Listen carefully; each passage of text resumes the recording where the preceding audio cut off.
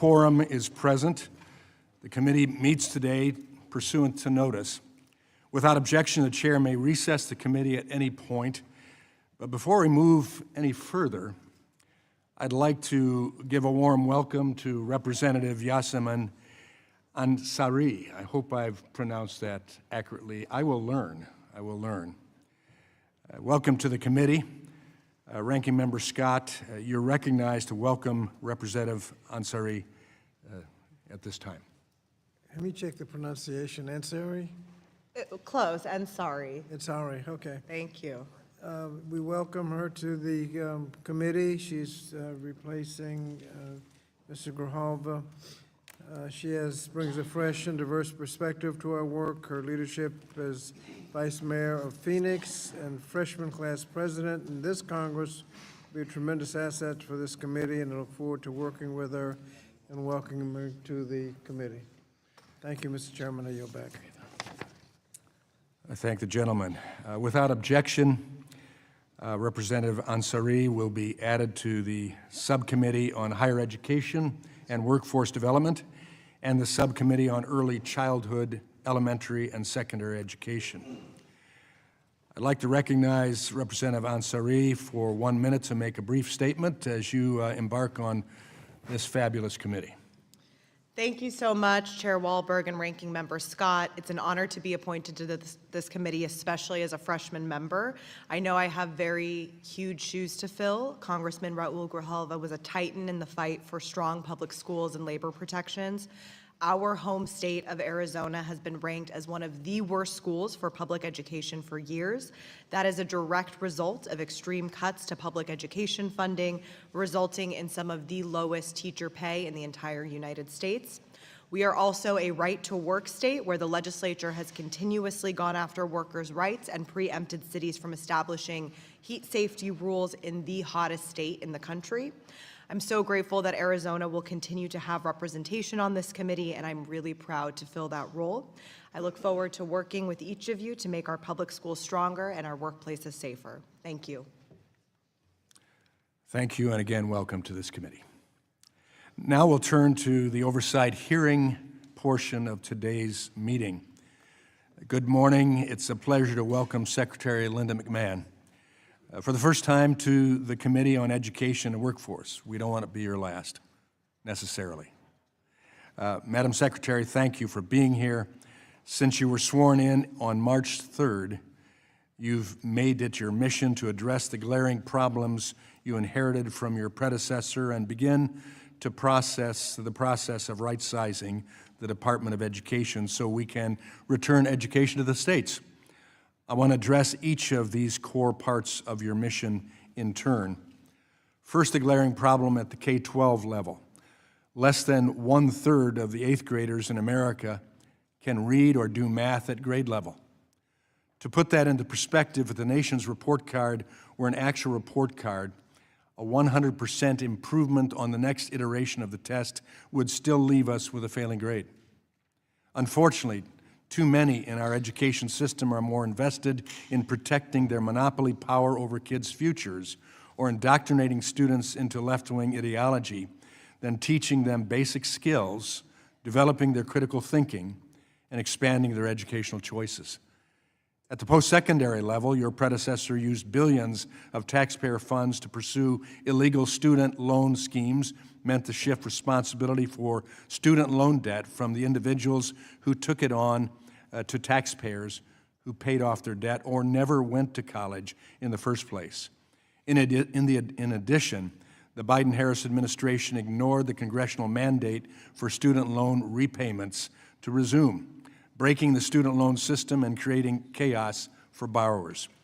All the while, Democrats have been happy to let the post-secondary education industry continue bilking students, their families, and taxpayers, while in many cases delivering a product that leaves students worse off than if they had never attended college at all. At all levels of education, your predecessor weaponized the Office for Civil Rights to inflict dangerous and radical ideologies on students and their families while simultaneously taking a hands-off approach to the exploding crisis of anti-Semitism in our nation's schools and colleges. I have been heartened to see your aggressive actions to protect the dignity, the safety, and academic and athletic opportunities of women and girls from a radical gender ideology that ignores basic biology. I've also been heartened by your desire to bring to light discriminatory DEI practices in our schools that dehumanize people. And I've been especially happy to see your department's response to the indifference to many education leaders continue to show in the face of ongoing threats to Jewish students. Second, I applaud you for embracing a final mission for the Department of Education. I imagine we'll have a vigorous debate about this today because the Republican Democrat parties have competing visions of education in this country, and that's how it is. There's an implication in the criticism leveled at you, Madam Secretary, that the status quo is fine. Really, the implication is that the status quo is more than fine. The minority wants us to believe that the Department of Education is overseeing an education system in which students are thriving and employers have access to a workforce prepared to succeed. Neither of these are true. As I mentioned earlier, our K-12 education performance is abysmal. At the post-secondary level, the national 6-year graduation rate is just over 60%. In other words, our colleges and universities would get an F on their primary responsibility. And the college for all mentality driven by the previous administration's student loan schemes has only made the problem worse. Our education system has failed to prepare a workforce with the skills employers need. Again, this is what Democrats are defending. Republicans believe there's a better way. We believe in reducing bureaucracy, trusting our educators, trusting our state and local leaders, and trusting the innovators who are pushing against the barriers thrown up by the bureaucracy. And above all, we trust our parents. This is our vision. And thankfully, we finally have an administration in place that shares this vision. The Trump administration is eliminating bureaucracy where it isn't needed. It is also implementing federal guardrails when needed, like enforcing Title IX to protect the rights of women and girls, protecting access to education for students with disabilities, holding colleges and universities accountable for tolerating mass harassment of Jewish students, or preventing efforts to exclude parents from their children's education. In these ways, the Trump administration is streamlining bureaucracy so that the federal government can better deliver on the responsibilities it has. Madam Secretary, again, thank you for being here. I look forward to hearing more about your plans to continue cleaning up the mess you inherited and your vision for an education system that puts students, not bureaucrats, first. I will now yield to the ranking member, Representative Scott, for his opening statement. Thank you, Mr. Chairman, and good morning. I want to thank Secretary McMahon for joining us today to discuss the department's priorities and the effect this budget will have on students, teachers, and families. Secretary McMahon, as Secretary of Education, you took an oath to oversee the Department of Education and uphold the Constitution. One of the missions of the Department of Education is to, quote, strengthen the federal commitment to ensuring access to equal educational opportunities for every individual. I take no pleasure in pointing out that in the months since this administration has taken office, you have been sworn in as the Department Secretary. The actions taken by you, the unaccountable doge, and this administration generally have contradicted this mission. Some of the things that have happened, nearly 50% of the department's workforce have been proposed to be fired, eliminating key roles that keep our nation's schools running and our students safe. Universities have been stripped of necessary grant funding, undermining the integrity of higher education. Support for student loan borrowers has been reduced, and the key consumer protections have been threatened. And the Department of Education is being dismantled through the elimination of programs and offices without congressional approval. Thankfully, on May 22nd, a federal judge issued a preliminary injunction and ordered the department to reinstate the previously terminated employees. During today's hearing, I expect you to share with us specifically what steps you are taking to comply with that court order.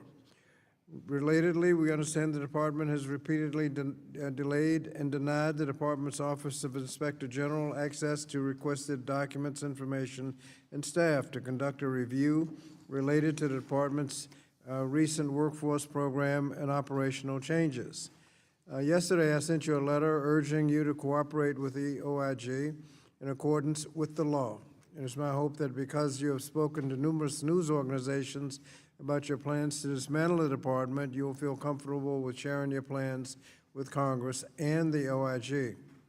For millions of Americans we are struggling to understand how the actions you have taken at the department to address learning gaps and improve academic outcomes for the nation's children. Simply put, if all of these positions are being vacated and resources are being cut for the sake of efficiency, then who is doing the work to ensure that the mission of the department to strengthen the federal commitment to ensuring access to equal educational opportunity for every individual is being met? For example, another mission of the department is to promote improvements in the quality and usefulness of education through federally supported research, evaluation, and sharing of information. Yet this administration has stopped the Institute of Educational Sciences from funding, and that organization supports research and collects data on education across the country to improve students' academic outcome.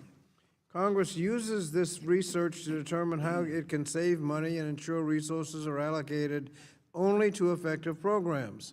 However, since you have halted research in the middle of their projects, much of their work is now useless to Congress, and that is the very definition of creating waste.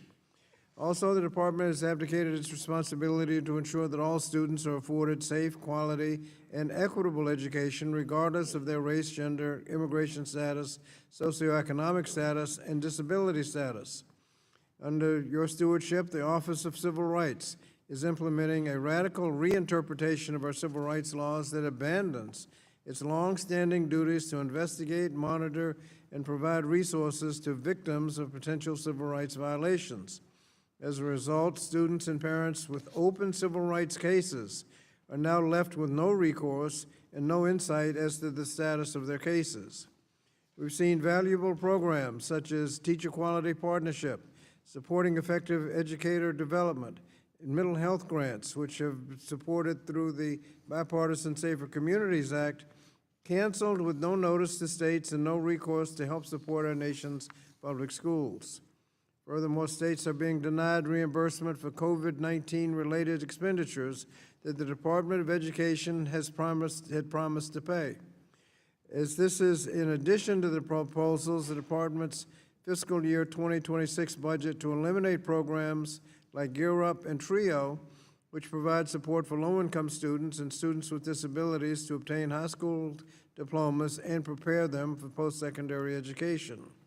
There's also the matter of many red states calling for education block grants, a regressive and illegal proposal that would make it virtually impossible for the federal government to hold states accountable for providing all students with a high-quality education free from discrimination. And yet the department's budget proposal requests that Congress grant you the legal authority to block grant several programs, a clear acknowledgement that you currently lack this authority. So we expect to hear from you today that you will deny the state's request to block grant without direct congressional authority, and more importantly, we want to hear expressly how you will hold states accountable for upholding students' civil rights. I'd be remiss if I did not note that the department's fiscal year 2026 budget proposal would make it more difficult for students to enroll in and afford a college education by proposing reductions in funding to need-based grants such as Pell and work study. This is achieved by removing staff who oversee federal student aid administration and oversight, forcing borrowers into unaffordable repayment plans and aggressively garnishing wages of low-income borrowers. Additionally, the budget proposes reducing the department's workforce development programs by 33%. In sum, between the cuts to higher education and programs for alternative career paths, this budget proposal would leave this country's workforce behind rather than competing in the global economy. At the end of the day, it is the students of this nation who will suffer under this budget proposal. Students from low-income families and students with disabilities, English learners, international students, and students of color will face more hurdles accessing equal educational opportunity. And eliminating those burdens is the very mission of the Department of Education. So regrettably, instead of investing in our children, your budget proposal was eviscerate vital, evidence-based educational programs in the offices of the department as a means to attack programs promoting diversity, equity, inclusion, and accessibility. So your success in this job will come only if you adhere to the mission of the Department of Education, faithfully execute the laws, and uphold your oath to the Constitution.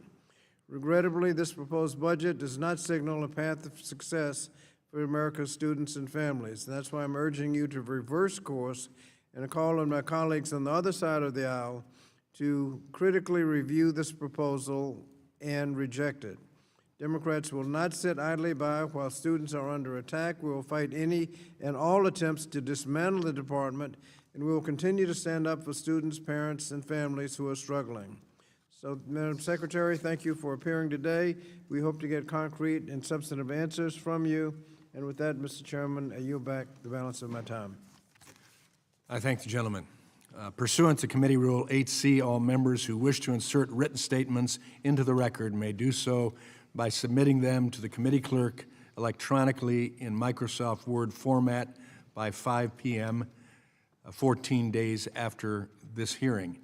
And without objection, the hearing record will remain open for 14 days to allow such statements and other extraneous material noted during the hearing to be submitted for the official hearing record.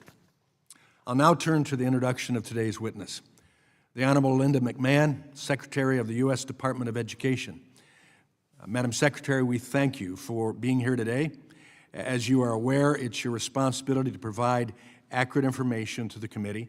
Pursuant to committee rule, I would ask that you submit your oral presentation to a 5-minute summary of your written statement. Madam Secretary, you are recognized for your testimony. Welcome. Make sure that microphone is on there. That helps for you to hear me, right? Good morning, Chairman Walberg, Ranking Member Scott, and distinguished members of the committee. Thank you for having me today to represent the goal I share with my boss, President Trump, to responsibly eliminate federal bureaucracy, cut waste, and give education back to states, parents, and educators. With your partnership, the fiscal year 26 budget will take a significant step toward that goal. We seek to shrink federal bureaucracy, save taxpayer money, and empower states who best know their local needs to manage their education in this country. We have reviewed our programs and identified spending that does not fulfill the mandate of trust the American people have placed in President Trump. We have cut old contracts that were enriching private parties at taxpayer expense, suspended grants for illegal DEI programs, and now are putting forward a responsible budget request that reduces the department funding by more than 15%. At the same time, we're working to make American education great again. In our conversation with governors, teachers, and parents across the country, we hear calls for accountability and more local control. That's our goal, to give parents access to the quality education their kids deserve, to fix the broken higher education industry that has misled students into degrees that don't pay off, and to create safe learning environments. We're holding institutions to account when they facilitate discriminatory or hostile environments on campus. A level playing field with limitless opportunity, I think, is a vision that we all can share. Our budget reflects this vision. Its cuts reflect the bureaucracy that is getting out of the way, and its continuations and increases represent smart spending that will help improve student achievement, not serve bureaucratic interests. Our goal is clear: make education better, fairer, and more accountable by ending federal overreach and empowering families, schools, and states who best know the needs of their students. I'm eager to partner with you to make this vision of the future a reality and ensure that every child is part of it. Thank you, and I look forward to your questions. Thank you, Madam Secretary.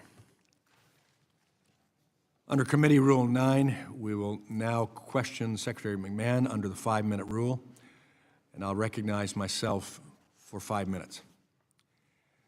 Last month, Madam Secretary, the House passed H.R. 1, the One Big Beautiful Bill Act, which will permanently extend President Trump's tax cuts, provide relief for hardworking families, and jumpstart our economy.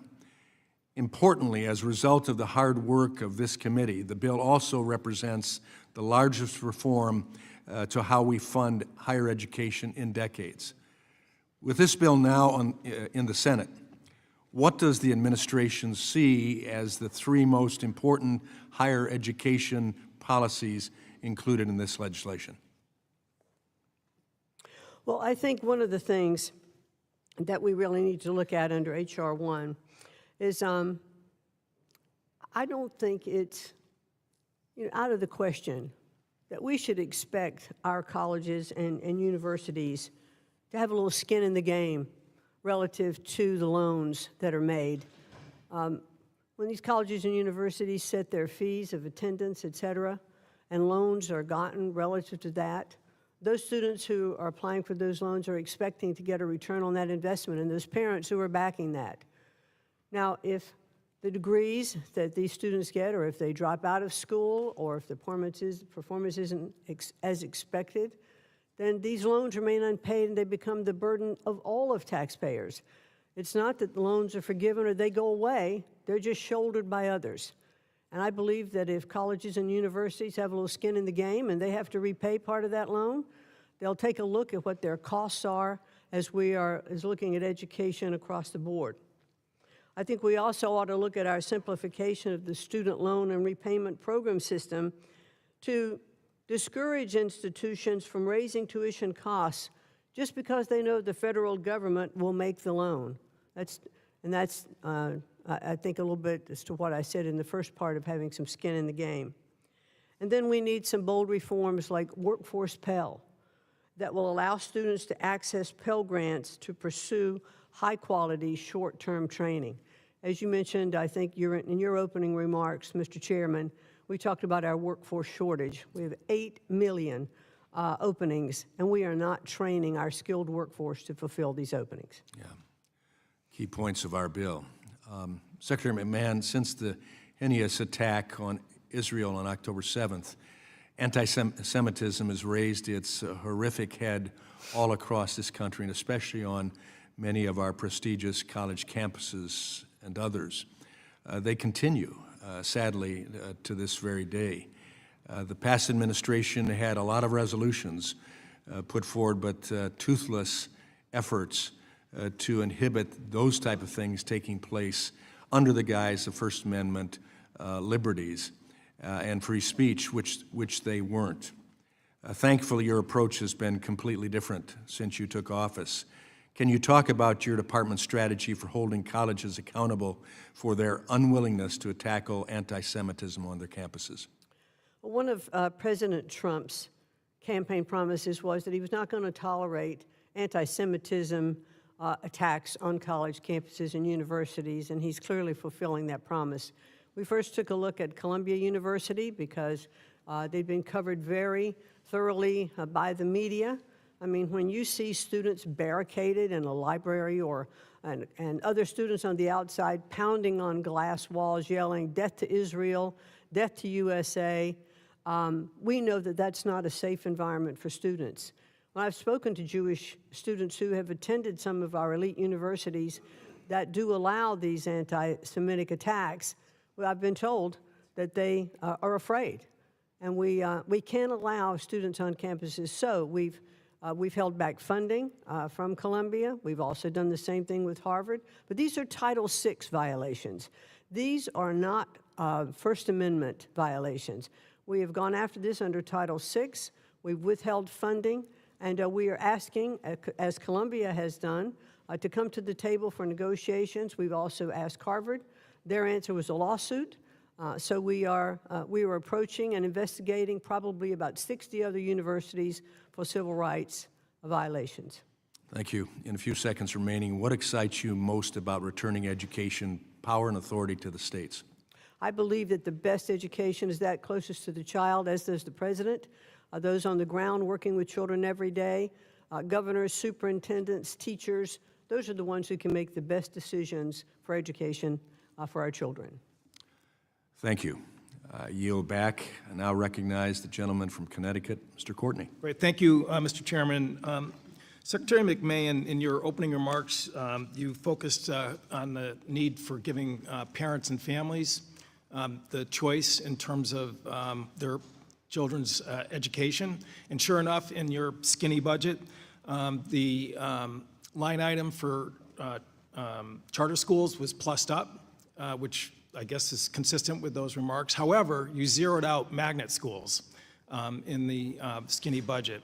We both come from Connecticut. U.S. News and World Report did their annual ranking of high schools in the state of Connecticut. The number one high school in the state of Connecticut is a magnet school in East Hartford, the Connecticut IB Academy. The number 3 high school in terms of quality in the state of Connecticut is the Marine Science Magnet School in Groton, Connecticut, which I have the honor of representing. There is not a charter school in the top 50.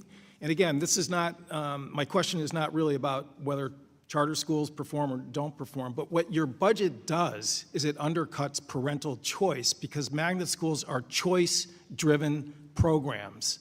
I can say that personally because my daughter attended a magnet school, and it was an excellent education experience. You zeroed out that account, which is completely undercuts and contradicts the hype in your opening statement about supporting parental choice.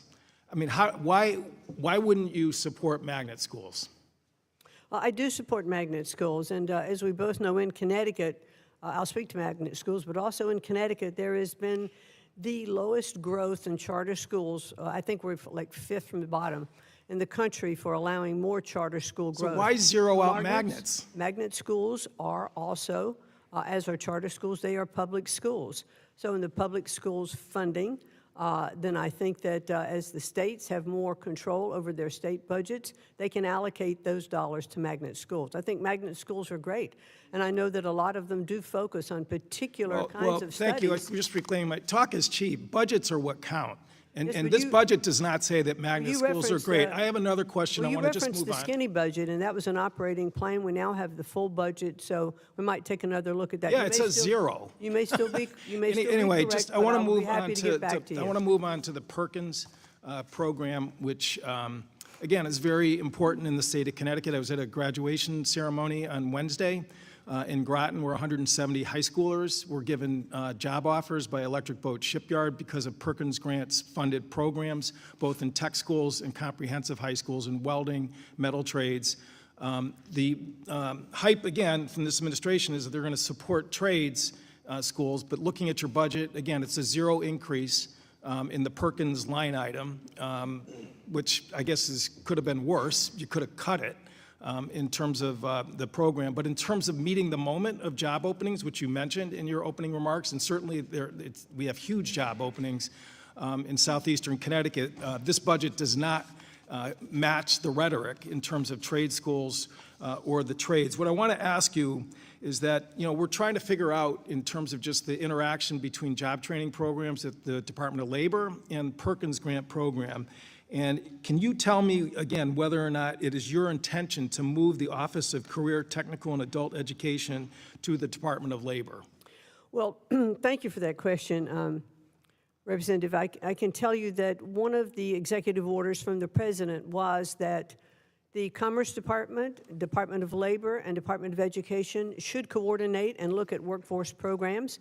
There were over 43 different workforce development programs across all of the agencies is certainly inefficient in operation. So I've had many discussions with Commerce, I've had many discussions with the Secretary of Labor, and I think there are opportunities to move some of those programs Well, in your into other discussions, I would agencies. hope you would note the fact that it's in statute that that office is in the Department of Education. Perkins was enacted after the Department of Education was created. It is housed in the Department of Education, and we are going to be watching very closely in terms of whether or not there's a move made that violates that law. I also would just note in closing, the adult education line item was zeroed out, which is just stunning. I mean, this is a program that allows adult learners to get a second chance in life because some people who didn't complete high school on time, and also immigrants who, again, want to get the literacy skills so that they can get naturalized as citizens. I was invited to speak at an adult education graduation ceremony in Vernon Friday night, and again, it's pretty sad to be able to bring news from Washington that the Secretary of Education doesn't support adult education. With that, I yield back. I thank the gentleman. I now recognize the Chairman Emeritus, the gentlelady from North Carolina, Ms. Fox. Thank you very much, Mr. Chairman, and thank you, Madam Secretary, for being here and being willing to take on the challenges that you are taking on with the department. Madam Secretary, Parent Plus loans were created by Congress in 1980 to help middle and upper income families access additional funds they might need to make tuition payments for their undergraduate children.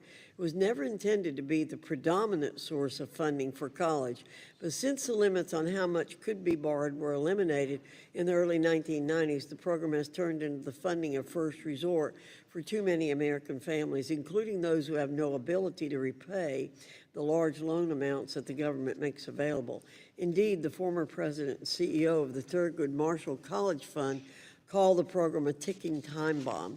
Politico called it the government's predatory lending program, and the Georgetown Law Center on Poverty and Equality said the program imposes serious risk, including crushing unrepayable debt. And for Black families in particular, Parent Plus loans too often have the ability to be debilitating, as noted by a senior vice president at the United Negro College Fund. Recognizing this, the Student Success and Taxpayer Protection Plan, which was included in the One Big Beautiful Bill and is awaiting action in the Senate, established a lifetime cap of $50,000 to protect families from overborrowing under the Parent Plus program, and couple this with additional borrowing flexibility through lower interest Stafford loans. What's the administration's view of the need to put limits on how much parents can borrow under the federal loan programs like Parent Plus program? Well, we certainly do support, the limitations, because I think what we've seen, I mean, you know better than anyone, Congresswoman, that $1.7 trillion in student loan debt is unacceptable and unsustainable in our country. And when colleges and universities can absolutely set the limit on loans of attendance, and the government will loan that amount, that is just leading to more and more debt. And we have to put some caps, we have to put things in place. And I applaud all the many efforts that you have undertaken to reduce the cost of college. Thank you very much. Madam Secretary, each year the federal government provides over $100 billion in grants and loans through the federal financial aid programs without any accountability as to whether these dollars leave students better off. Indeed, studies show that 1/3 of students are enrolled in programs that have a negative return on investment, meaning those programs leave students financially worse off than if they had never enrolled in college in the first place. In your view, is it necessary that Congress address the lack of accountability in post-secondary education? Yes, I do think, and as I mentioned a little earlier, I do think that colleges and universities should have some skin in the game for programs that they are offering that can't possibly be repaid. But one of the things I think it is really important, if I may, is to say that I believe that there should be more education for parents and students in advance of borrowing. One of the things that we are undertaking, it's not in place yet, but we are looking at it, is in the FAFSA application of having information that says if you were borrowing this much money and you want to attend X university, this is the amount of money that you could earn with having this degree. So take a look at universities across the country and what the mean amount is to take that course. Is this the university you want to go to, or would you go to another one? Because now you can see exactly what kind of jeopardy, if you will, or what kind of debt you're going to owe and be able to repay. And I think that's really important. I agree completely with you. Madam Secretary, one more question. Universities are increasingly concerned with creating cultures of inclusion and belonging, but in recent years, we've seen these institutions turn the other way when Jewish students are excluded or subjected to litmus tests about Israel and Zionism. In your opinion, what message does it send to Jewish and Israeli students and faculty on college campuses when universities entertain calls to boycott and divest from Israel? And what is the Department of Education doing to rein in the damage that BDS causes in higher education? Well, we've certainly taken universities to task already through the programs with Columbia that you've seen of reducing or of stopping their funding, $400 billion. And right now, other departments or agencies, HHS, GSA involved, we've cut Harvard's funding by $2.2 billion, and additional $450 million, I think is the correct number. We're putting teeth behind these Title VI violations. Before, I think it was Representative Scott that said maybe the talk is cheap. Well, we've put teeth in these efforts. Thank you, Madam Secretary, and thank you, Mr. Chairman. I yield back. I thank the gentlelady. Now I recognize the gentlelady from Oregon, Ms. Bonabinci. Thank you, Mr. Chairman. Secretary McMahon, on February 13th, during your confirmation hearing, Senator Murray asked you, if confirmed, do you commit to getting every dollar we have invested in our students and our schools out to them? And you replied, well, the appropriated dollars and those monies that are passed by Congress, yes. And Senator also Brooks asked you whether you would support any directive from the president to freeze funds that have been appropriated by Congress, and you responded, if they have been appropriated by Congress, those funds should be disseminated. Yet you stood by as Elon Musk's Department of Government Efficiency froze or terminated more than $1 billion in congressionally directed federal grants at the Department of Education, and you've made no attempts to reinstate those funds. So Secretary McMahon, were you not being truthful when you were testified in the Senate? And if you were being truthful, what is your plan to immediately reinstate these funds? Well, thank you for that question, and I would like to perhaps explore with you a little further as to exactly which grants you were talking about. I believe $1 billion in congressionally directed federal grants that have been cut.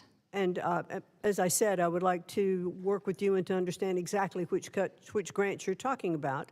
I can also tell you that as part of my testimony, Madam Secretary, I'm reclaiming my time because the question is, congressionally directed funds have been cut. What are you doing to reinstate those funds? And I also said in that testimony that we would abide by the law, and that's exactly what we will do. Well, that would be to reinstate the funds. And I know you have this so-called simplified funding program that consolidates programs, for including Title IV-A, which I always lead the appropriations letter for.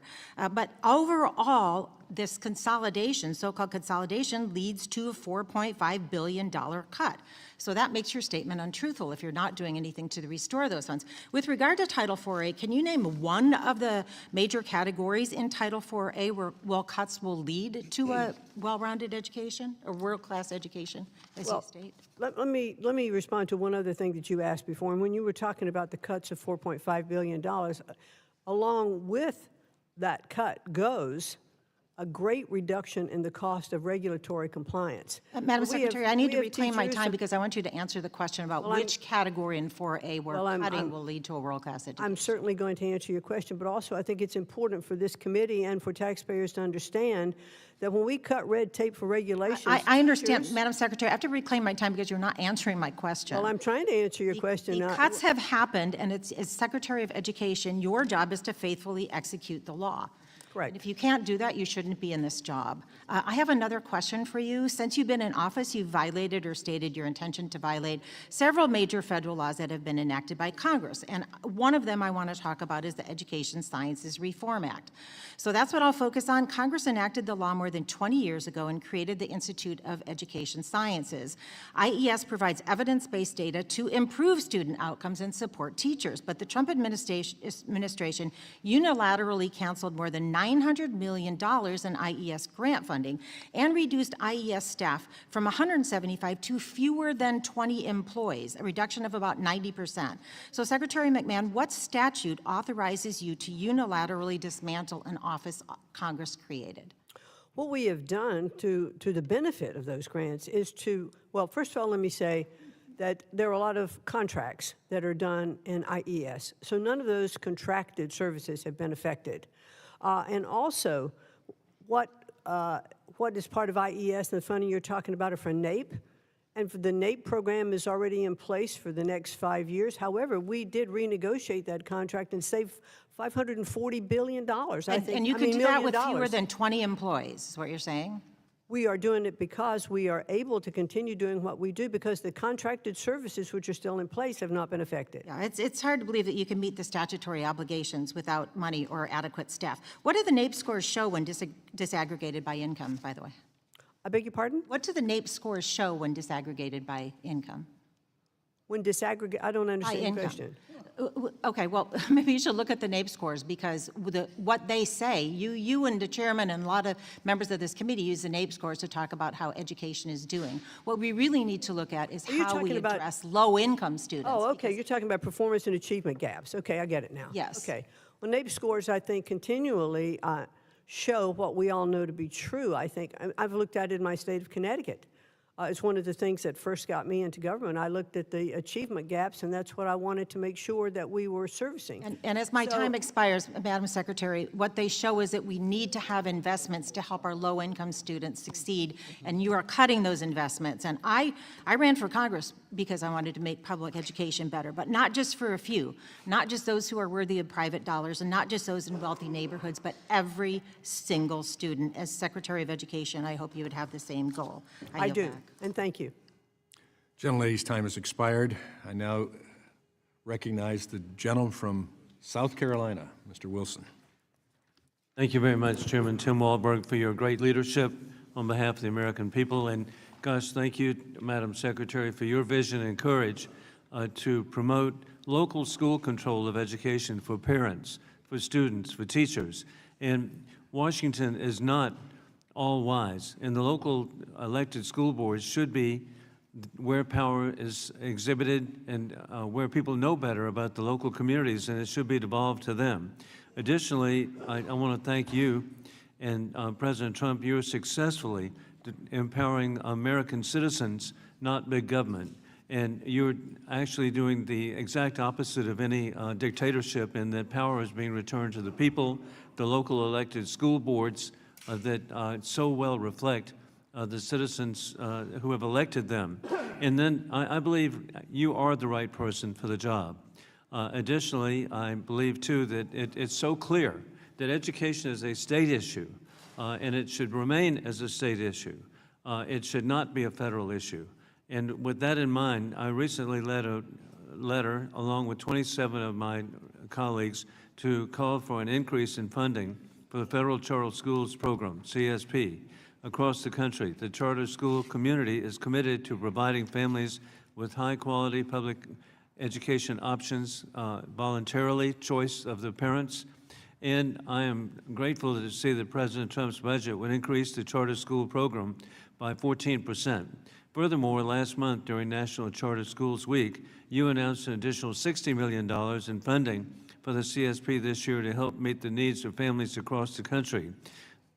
For the American people, and particularly for the media, if you will explain what the success is of the voluntary school choice programs are, and how is this money going to be spent around the country? Well, thank you very much, Congressman Wilson, for your kind words about me. But also, I have visited many schools, many charter schools throughout the country already. And what I have seen with those charter schools is the innovation that they are allowed to use that you don't see in a lot of our public schools. And so I'm very pleased to see that the president is also supporting school choice. The president wants to make sure that the best education is that's closest to the child, whether that's homeschooling, charter schools, public schools, private schools, religious schools. He wants to make every opportunity available to all the children in the country. So I am pleased that we did increase the budget request for charter schools. And I too have visited the schools, and I visit all the schools that I can in the district I represent, every type that you just identified. And I hope the media will go by and visit a charter school and see how positive they are and find out how the students are doing so well. And they're voluntary. It's what, and it's not for everyone, but where it is, the media, it would be nice for them as they're doing investigative reporting to look into truly not just the viewpoint of the teachers union, but what's really happening in America. Along with that, Secretary McMahon, I'm really concerned that we have adversaries, war criminal Putin, we have the Chinese Communist Party, we have the dictatorship in Tehran, are targeting our universities and colleges.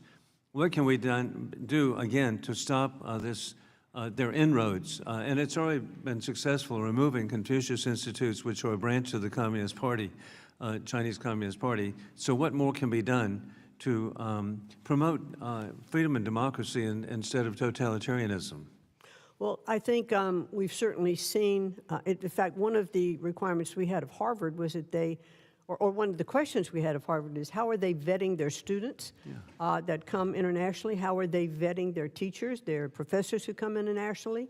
Do they have ideological backgrounds that are contrary to the United States government?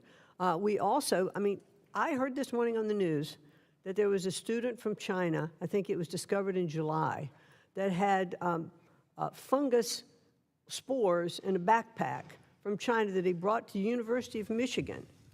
Now, we have to make sure that we stop that because this can be an attack on our food supply, an attack on our, our total population. So these are incredibly important things, and the State Department is looking at visas, canceling them, making sure that the students who are here in the best interest of the United States. And thank you for promoting free speech and also international students who want to come and learn and be positive, but also understand that there may be agents of foreign countries coming to our country. I yield back.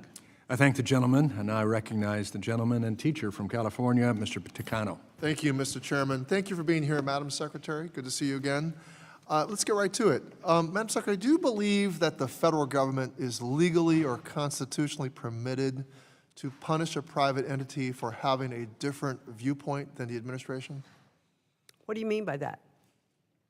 Well, does the government have the power, or legally, or is it legal or constitutional for you, the Secretary, to punish a private entity for having a different viewpoint than the administration?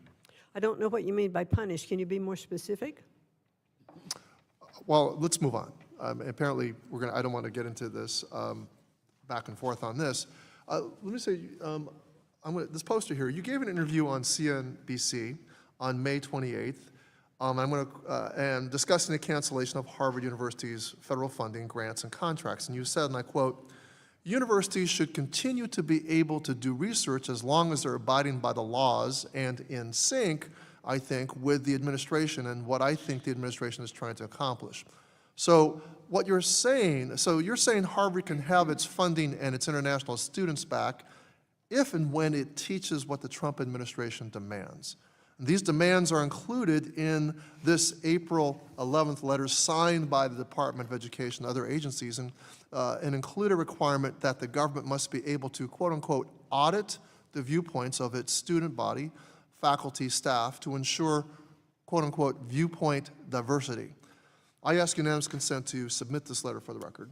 Without objection, it'll be submitted. And it says, I quote in the letter, quote, "Harvard must abolish all criteria, preferences, and practices through its admissions and hiring practices that function as ideological litmus tests," end quote. Now, Madam Secretary, what are the limits of this viewpoint diversity that the administration is trying to enforce? Under these demands, for example, would the Harvard government department be compelled to hire faculty that believe the 2020 election was stolen? I believe that there are rights to freedom of speech, but on campuses and universities of colleges and universities across the country, freedom of speech should be allowed. There should be open debate. There should be different viewpoints. But I'm not asking you a question about freedom of speech here, Madam Secretary. I'm asking you about the limits of viewpoint diversity cited in this letter. You demand that Harvard would be compelled to hire faculty. I mean, well, you're saying that there has to be viewpoint diversity. I'm just asking you, would the government department be compelled to hire faculty that believe the 2020 election was stolen? As an example of viewpoint diversity. However, one of the things that Harvard Crimson, and by its Okay, own, I think you don't really have an answer, so I'm going to move on to other 3% of questions. Maybe we can conservative clarify by other questions. Would viewpoint well, you're not diversity allowing mean, me to for for answer the example, question. If you Madam wanna Secretary, know the reclaiming my answer, time, reclaiming my you time. wanna know what my Reclaiming my response time, is? Madam Secretary. Okay, well, you The go Director ahead. Secretary, would the Harvard Medical School, who is looking to hire an immunologist, would that person need to adhere to HHS Secretary Kennedy's view on the efficacy of vaccines? Listen, we all know that we should have our universities look at what all the programs think are. you and really the thought political through this ideology- this the political viewpoint diversity ideology issue. that you're trying to put forth is a false narrative. Okay. And the funding is a privilege. Madam It's Secretary, not a recall right. it, reclaim my time. Does refusing to hire a Holocaust denier as a member of Harvard's history department faculty count as an ideological litmus test? I believe that there should be diversity of viewpoints relative to teachings and opinions on campuses. But what about this situation of Harvard's history department, and they're looking for another department member?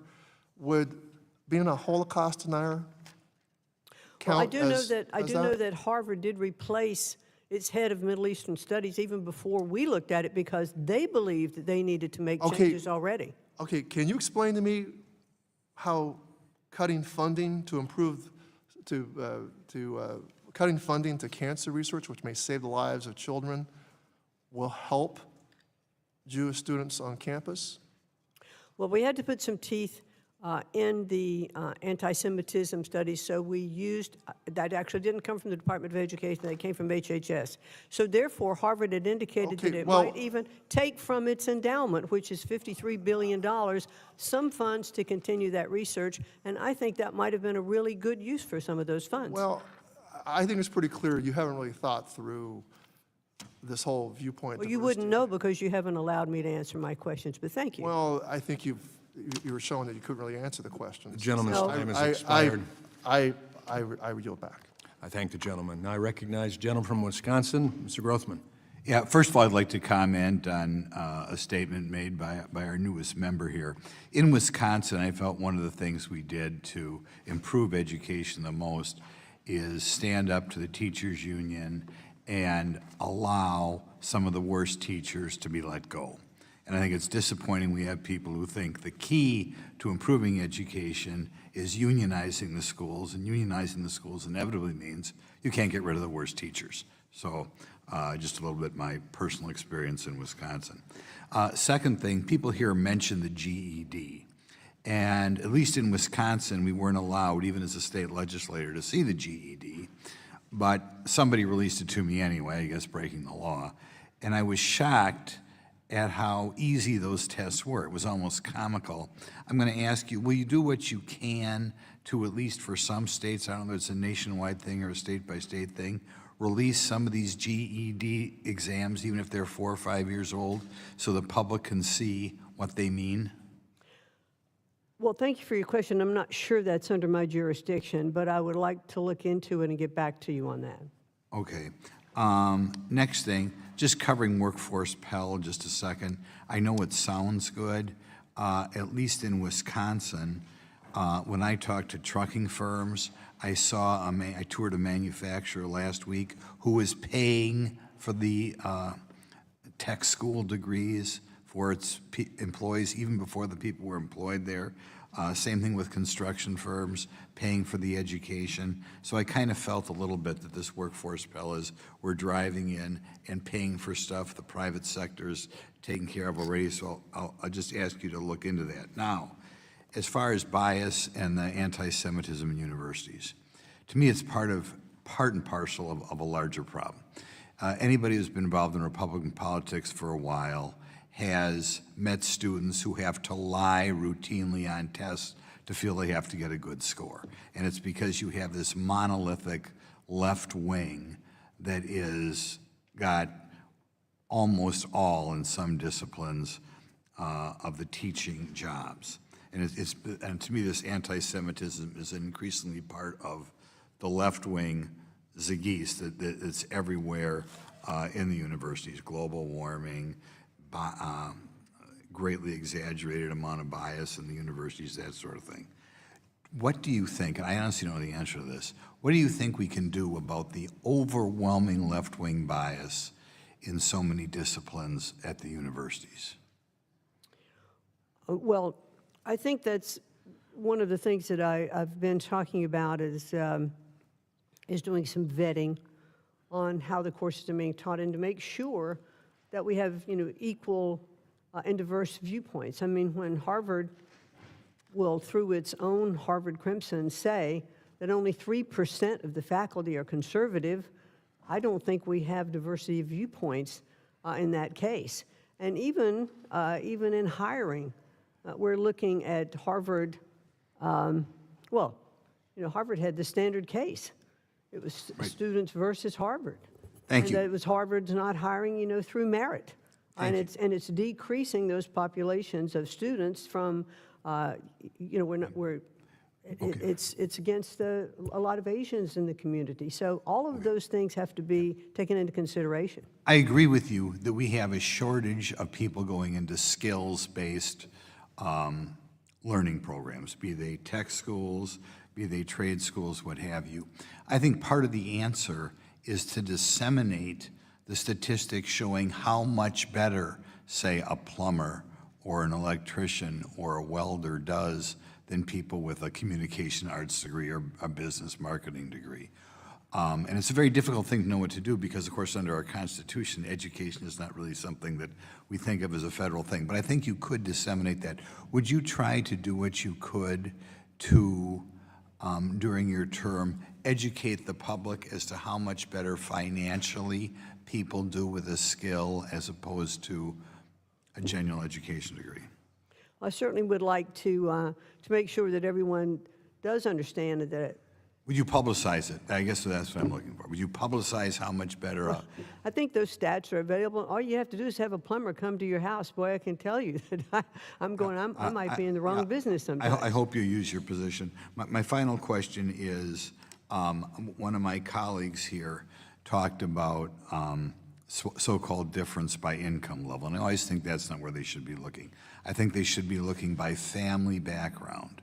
Would you collect data, unlike for income level, family background of students and see, by that I mean family structure, and see how that affects educational test scores? Would you do that for us? I'd really like to get back to you and understand a little bit more of what you would like us to look into, but I will get back to you on that. The gentleman's time has expired. I now yield or recognize the gentlelady from North Carolina, Ms. Adams, for her 5 minutes. Thank you, Mr. Chairman, and thank you, Secretary McMahon, for being here today. I hope that I will have an opportunity to meet with you. I had made a request, and we weren't able to do that, and hopefully you'll reconsider. But let me just raise a concern that I heard from one of my constituents who served in the Department of Grants Management Policy Division. Their entire unit received a RIF notice in March.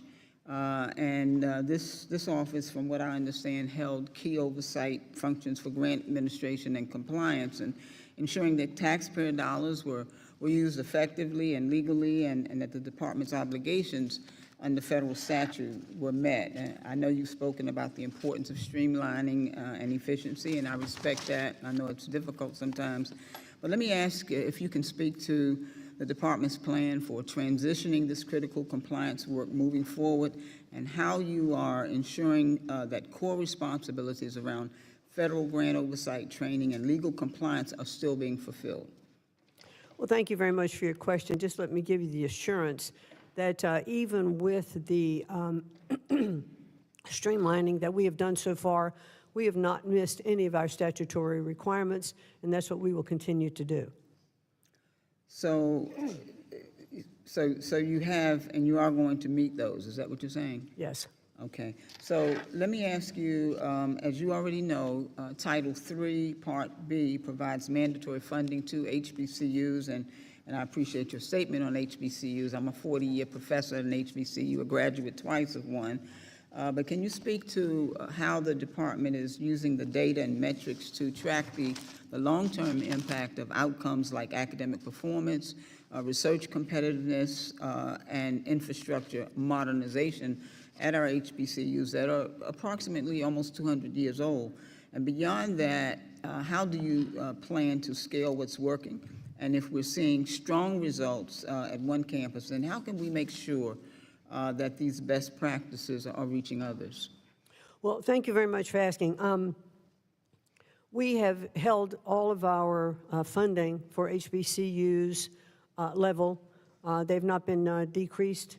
I've met with President Vinson from Howard University and understand from him a lot of the great programs they have in place. So we recognize the great value of HBCUs.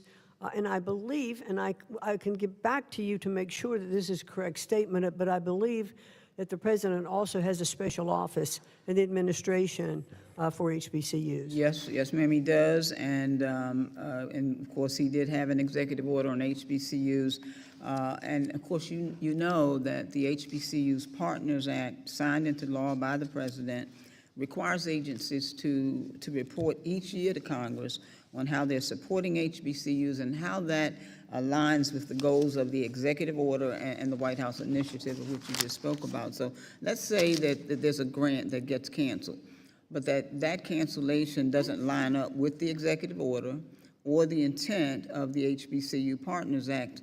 Would you be willing to work with the White House initiative and your interagency partners to take another look at those decisions and potentially reinstate grants that were inconsistent with that guidance? Certainly, I would always look into those things, but we have not canceled any grants. Oh, yes, ma'am. Okay, well, we're gonna make sure that we follow up on that. Yeah, we'll follow up if that's not the case. All right, well, thank you. Are there ways that you could look at to incentivize required state matches to HBCUs as the executive order states? Because currently that's not being done. I'm not sure that it's not being done, but I would like to look into it further. And if it is not being done, I'd like to talk to you Yes, about it. ma'am. I want to talk to you about it because I can assure you that it is not being done. But let me just say, Mr. Chairman, I do want to ask for unanimous consent to enter into the record a 2024 report from the Century Foundation that outlines studies that show that HBCUs provide an incredible return on investment. Without objection, it'll be submitted. Well, thank you. And Madam Secretary, thank you very much. I know that I'm almost slightly over my time, but I'm looking forward to this year's HBCU Week. I saw that the website has been updated, and I certainly appreciate the effort to keep that momentum going. I look forward to, as I said in my opening comments, to having that one-on-one with you. I would certainly appreciate if you would honor that request. And thank you very much for being here. And Mr. Chair, I yield back. Thank you, and I'll certainly do that.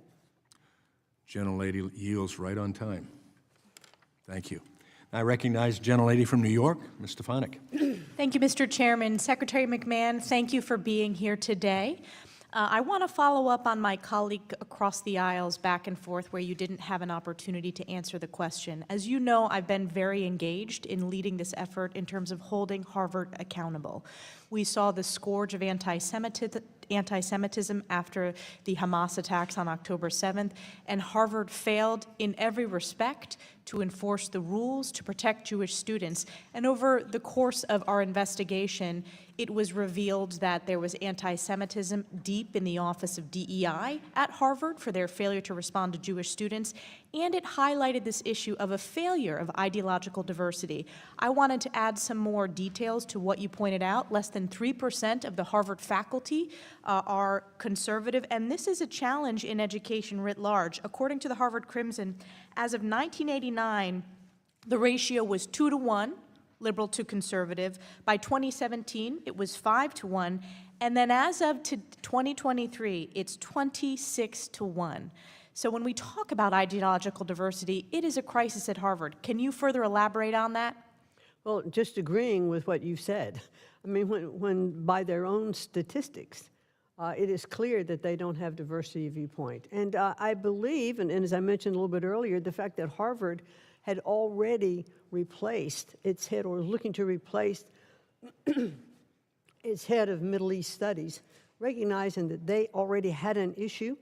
I think it's indicative that Harvard, even before we were initiating our talk, well, I actually think that we spurred them on. Absolutely. When we started putting teeth in what we were doing, they finally said, okay, we're going to make some changes, and they did do that shortly after we started our investigation. And you're spot on, Secretary McMahon. Harvard has failed to save itself. They are responding to the exceptional work of this committee and the accountability measures that this administration has put into place. So I want to thank you for your strong leadership. I want to thank President Trump for his strong leadership. I care deeply about this as an alumna of Harvard and as the first member of my immediate family to have that opportunity. We want to make sure these institutions are excellent for generations to come.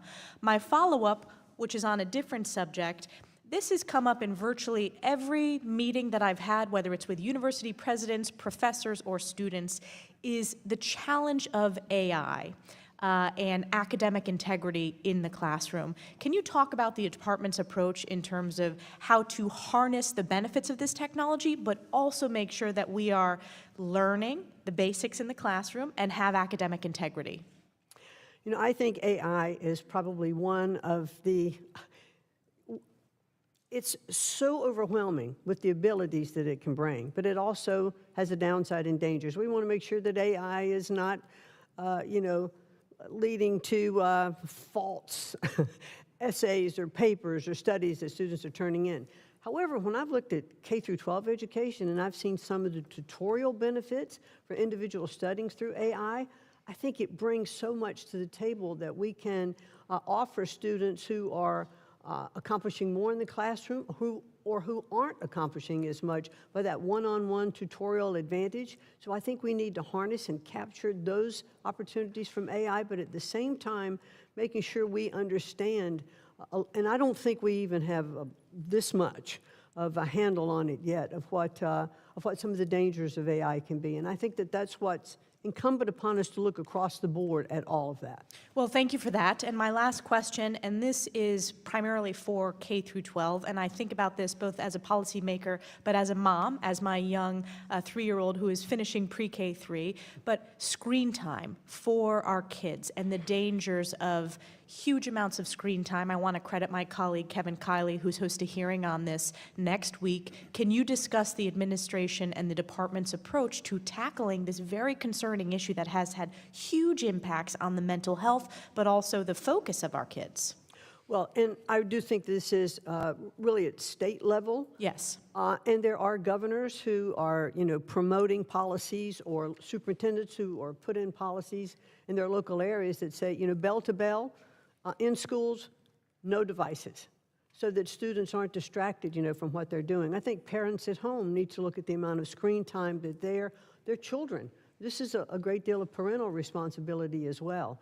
And we've looked at different aspects. I've seen reports of more and more screen time, which then reduces your ability to focus and have attention for your subject. So while there is an entertainment value and information value to screen time, it's not always, I think less could be more. Thank you so much, Secretary McMahon, for your service, for the tremendous work you're doing for students across the country. Yield back. Thank you. I thank the gentlelady. Now I recognize that I've lost sight here. A little too soon. I now want to recognize the gentlelady from Georgia, Ms. McBath. Thank you, Mr. Chairman. And Secretary McMahon, thank you so much for being with us today. As Secretary, you have a direct authority over the cancellation of grants and contracts at the Department of Education. On February 10th, you canceled the Charting My Path for Student Success program that served over 1,600 disabled students and their families across 62 schools in 11 states, including Paulding County, which is in my home state of Georgia. This year-round program provided support services and frequent small group sessions to ensure that physically disabled students or students with dyslexia, autism, and other disabilities, as well as their families, can meet their goals of transitioning to and succeeding in adulthood, which is really what every parent wishes for their child.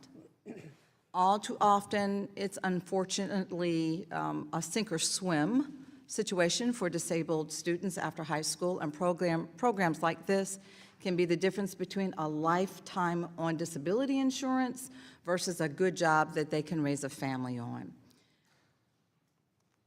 On this poster right here, you can see the exact email that was sent out to parents in Georgia because of your decision, which I would like to submit digitally for the record. It says, the federal funding provided by the Department of Education for this initiative has been discontinued immediately, and that your child will no longer receive transition supports.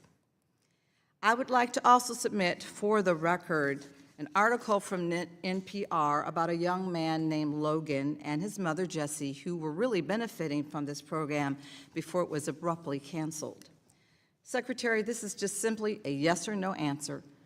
Do you stand by your decision to cancel this program in the middle of the school year without any warning to the hundreds of students, teachers, and families that were participating? Well, I would like to explore that more and get back Secretary, to this you. is a yes No, or no, no it's answer. not a yes or no please. answer. Yes, it is. And It the is not. American people deserve Well, I'm not going to give you a yes or no answer full because it's answer more. from you, yes or no. I'm not going to let you circumvent. I'm not going to let you ignore it.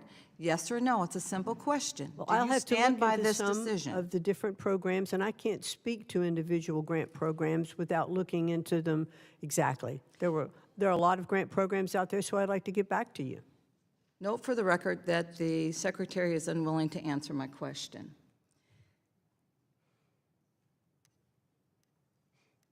Is it clear, or do you believe that you are misleading the public regarding the actions that you and President Trump have taken to cut or cancel programs and services for disabled children and their families? You've said multiple times that disabled students will not be negatively impacted by your decisions, but they already are. Time and time again, this administration asks the American people to listen to everything that they say, but to ignore actually what they're really doing. Given our limited time, I plan to submit written questions to you and for the record to learn more about your decision and get some direct answers from these parents as to why the kids can't meet with their teachers anymore. Secretary, yes or no? Simple answer, just a direct answer. Do you believe that gun violence, the leading cause of death for children in this country, is a public health crisis? I believe that gun violence is just, we should take steps to make sure that gun violence does not happen in our Is schools. it a public health crisis to you? The American people and families want to know, do you believe that our children sitting in our classrooms should be fear of unnecessary gun violence? Most of America believes that this is a public scourge. Do you believe that gun violence poses a threat to our children while they're sitting in our classrooms? Gun violence should not be allowed anywhere, and gun violence especially should not be in our schools. I'd like to say to you, Secretary, as a mother who lost her son to unnecessary gun violence in the prime of his teenage years, your response, or basically a lack of response, is completely out of touch. Every parent, whether they send their kids to public or private school, worries about their child being killed at school. And there's a lot of data to prove that. It is unfortunate reality that this happens every single day, but yes, this is the reality. There's something very wrong when the highest-ranking government officials responsible for the safety and education of our kids cannot claim that the leading cause of death among children is not a crisis. Every American should be deeply concerned while you remain Secretary of Education. And I hope that I'm able to get some answers in writing from you, and I yield back. I thank the gentlelady, and now I recognize the gentleman from Utah. Thank you. Madam Secretary, good seeing you again. Here. There you go. First of all, I'd like to thank you for bringing your entrepreneurial expertise to an industry that has long forgotten what a good return on investment is when it comes down to teaching our kids. There's nothing more important for the survival of our American culture than what you're tasked to do. You represent the end of accepting failure as an option. And on behalf of those who love the role of educators because they love the children they teach, I want to thank you for that passion. As you know, the House passed resolution, reconciliation bill, includes a version of the Education Choice for Children's Act, which will provide billions in tax credit scholarships for school choice. I have long advocated for school choice, and I'm eager to see a much-needed school choice legislation enacted into a federal level. Why do you think expanding school choice is such a huge win for parents who are desperate for educational options? Well, thank you very much, Congressman, for that question. School choice, I believe, is one of the top things we can do to make sure that every child has equal access to an excellent education. And President Trump certainly believes, and I've said this many times even this morning, he truly believes, as do I, that the best education is that is closest to the child. When, when we think about teachers who are with our students, our children, every single day, school superintendents and parents who should have rights over the say of the curriculum that are being taught to their children. These are all things that are part of the school choice program. The president does not believe that any child should be imprisoned, if you will, in a failing school, but should have opportunities to go to other schools. And so I'm really pleased to see that he has wanted limits or the budget's increased for our charter schools. He wants to make sure that our public schools have the best teachers, the best funding. He wants to make sure that all private schools, religious schools, and even those that are teaching their children at home with homeschooling have all the best tools available. He was embarrassed by the NAEP scores. He was embarrassed by where the education levels were in our country, and he was angry. And when he's talked to me about it, he said, we absolutely need to make changes so that our students can have the best education in the world and that their performance scores will indicate that. By the way, we all should be angry by what's happened to our kids today. It is a travesty. And by the way, every child, no matter what zip code they live in, deserves the rights for life, liberty, and pursuit of happiness. The only way that can happen is through education. You have been aggressive in attacking the scourge of DEI in our educational institutions. This has been the root cause of anti-Semitism our children are trained to embrace. Of course, our Democratic colleagues are accused of attacking free speech, whitewashing history, and using DEI as a cover to launch a political crusade against institutions you don't like. Could you talk more about why DEI is an important civil rights issue for all students? Well, unfortunately, many of the programs of DEI did more, the title was Diversity, Equity, and Inclusion, and it did more, I think, to separate and to provide more segregation ideas because it pitted an oppressor versus oppressed ideology. Many students were taught that if you're white, you're privileged. If you're not, you should not bring that privileged group as part of what you're doing. That is exactly contrary to, I think, everything we've been trying to accomplish in our country over the years so that everyone really has equal access, equal opportunity under the law. Yesterday you had a hearing with a senator out of Rhode Island who said you are surrendering by giving the power back to the parents and the districts. I just want to remind everybody that we in 2025 have 70% of our kids in 8th grade cannot read, write, and think. In 2017, black kids in the state of California, 75% could not read, write, and think. Here in Baltimore, we have zero proficiency in math for many of the schools in this district. So I think it's kind of arrogant for those bureaucrats here, politicians, who believe that we do it best for our kids, and when the parents should be at the front of that. I want to thank you and this department and this administration for understanding that the power belongs to the parents, and we're going to start producing some of the smartest, wisest, and the most hopeful students in the history of mankind. So thank you for that. I appreciate it. Now yield back. Thank you, sir. I thank the gentleman. I recognize gentlelady from Pennsylvania, Ms. Lee. Thank you, Mr. Chairman. I think that in very many ways we've been talking around a lot of the issues with this administration. So to be honest and to be very clear, I want to say that this administration has undoubtedly revived the culture of racism we haven't seen since the Jim Crow era. They've made it clear that open attacks on Black and brown and other marginalized communities is not just tolerated, but it's encouraged. So when they call for removing of equity and inclusion and diversity and accessibility from schools in favor of quote unquote traditional American values, it's indistinguishable from post-Civil War South advocating to rewrite history with the lost cause narrative to censor truths about slavery, or as they disappear students who write dissenting op-eds. It's reminiscent of the suppression of abolitionist newspapers. And this department's financial aid policies harken back to a time when higher education was reserved for affluent, well-connected, and predominantly white students. So I have some questions, about why this department is taking its leads from Jim Crow. Secretary McMahon, you've claimed that you want to drastically reduce the already very small federal role in education, and also that you will not cut Title I-A funding. That is still your position, correct? Correct. Thank you. I'd like a yes or no answer. Do you believe your April 3rd attempt to revoke Title I-A funding from states unless they signed a certification of compliance with your political viewpoint was consistent with giving states more control over education?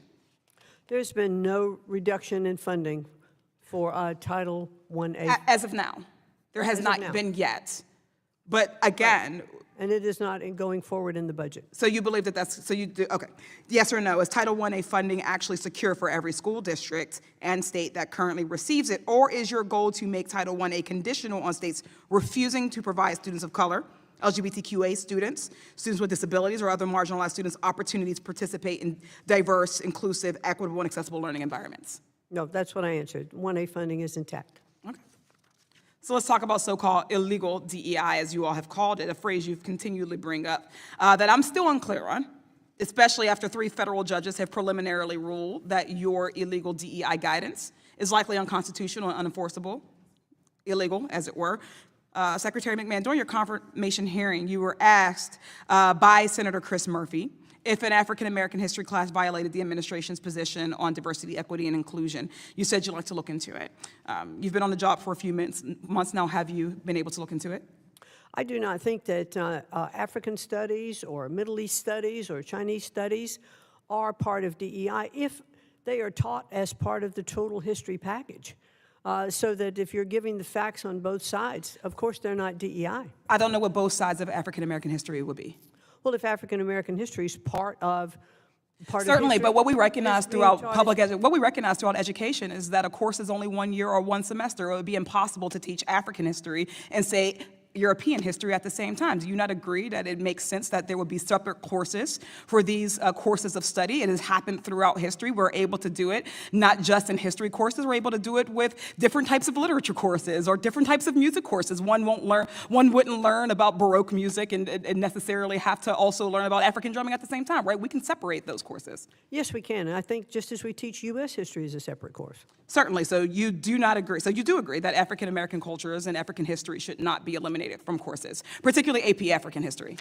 Well, I think that African history can certainly be taught and not be considered a DEI course. Oh, thank you. I have a few other examples that I would like your thoughts on, simple yes or no. If this is a legal DEI, an example, would you say that it would be an illegal DEI for a lesson plan on the Tulsa Race Massacre? I'd have to get back to you on that. Do you know what the Tulsa Race Massacre is? I'd like to look into it more and get back to you on it. Okay, so I look forward to that. How about the book Through My Eyes by Ruby Bridges, for instance? I haven't read that. Have you learned about Ruby Bridges?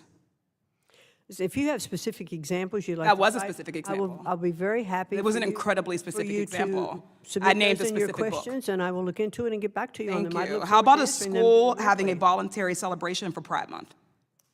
Well, I think that, Voluntary. well, let's make sure that in our schools. yes or no? that We're looking, no, it's not. Okay. How about social studies standards that teach that President Biden won the 2020 election? I think our studies should all be taught accurately.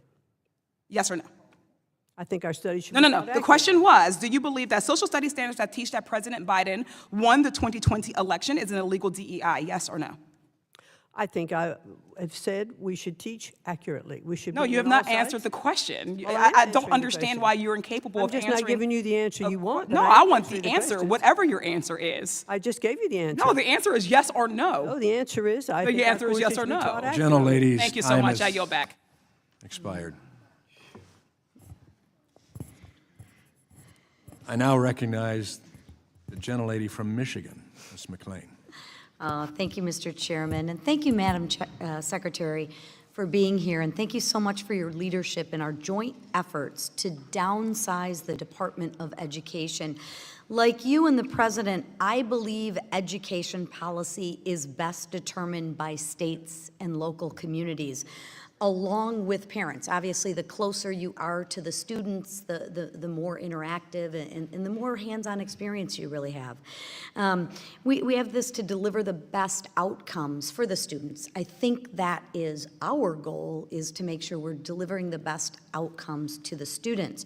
To that aim, we have seen states, teachers unions, and other bulldoze parents' rights in a pursuit of indoctrination over education. And I think that's what you were alluding to earlier, is we'll teach any subject as long as we can correct the truth with the other half of the truth, and we can teach both sides, which seems what education used to be. We used to teach, and I'm wondering if you agree with me on this, we used to teach children how to think as opposed to what to think. Would that be an accurate assessment?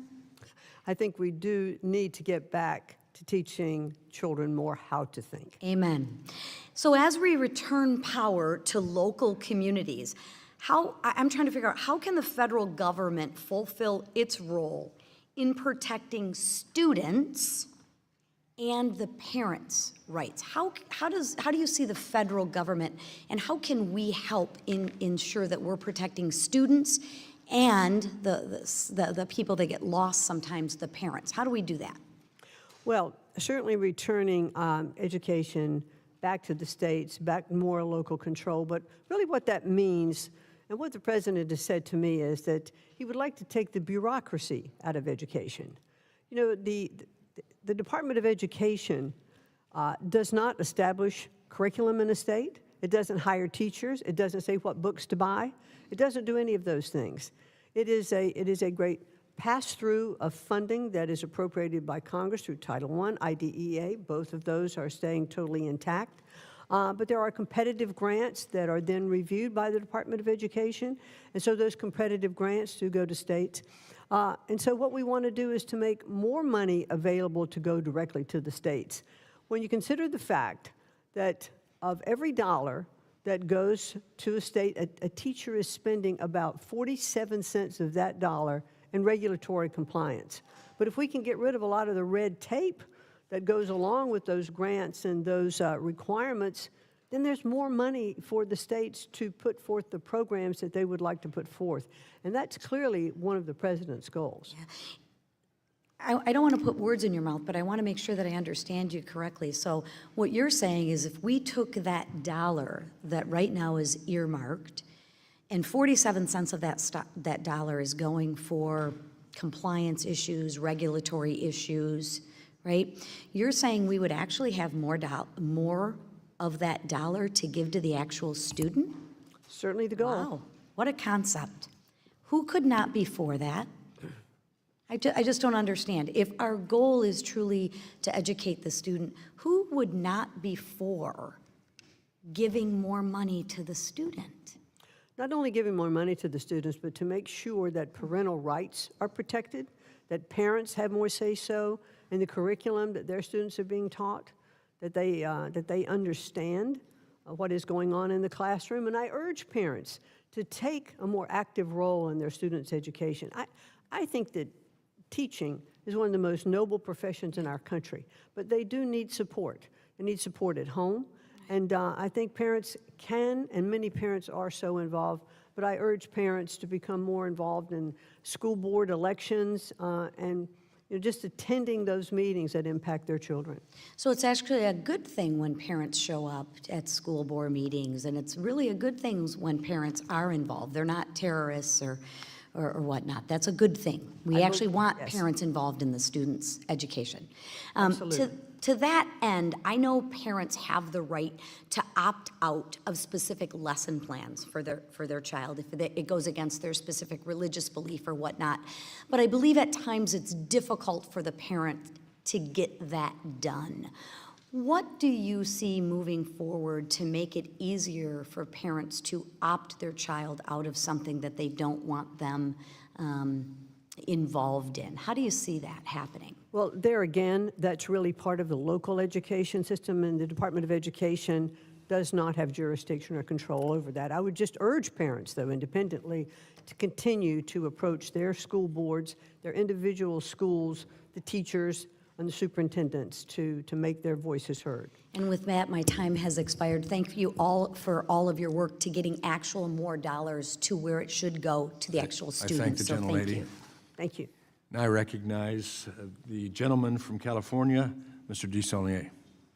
Thank you, Mr. Chairman. I'd like to ask unanimous consent to enter into the record a statement from the National Disability Rights Network discussing how the Department of Education's proposed budget cuts would eliminate critical programs that provide advocacy service to individuals with disabilities. Without objection. Thank you, Mr. Chairman. Madam Secretary, thank you for being here today. I'm particularly interested in your comments and your background as a person who comes from the private sector business about how you create efficiencies. And to one person's bureaucracy, another one is a good valued employee, whether it's the public or private sector. I want to start by reading a quote from a federal judge who stopped the closure of the Department of Education and the layoffs. Judge John said that in regards to the layoffs of this scale, quote, will likely cripple the department. The idea that the defendant's actions are merely a reorganization is plainly not true.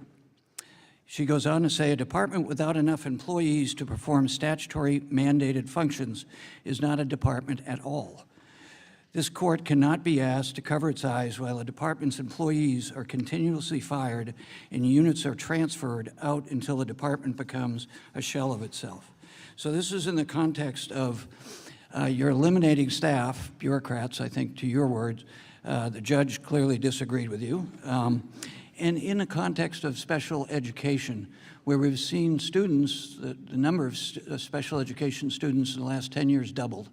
I don't know if you've ever sat down with a parent or a special ed educator and try to work with them and see what they have to go through to get the services that they are statutorily allowed to do, signed by President Gerald Ford, the IDEA program.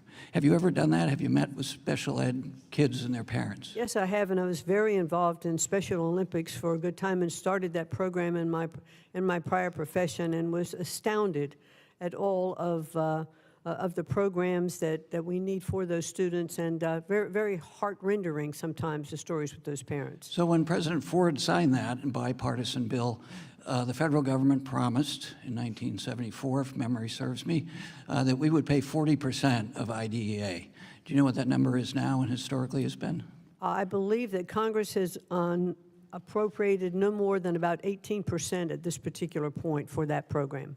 18% at a high end. It's more like 10 to 12%. Yeah, I think in 2025 it was I'm just checking my numbers now, it was about 10.7%. So help me understand, we're going to cut thousands of people who help provide these services but don't get paid enough, and there are not enough of them.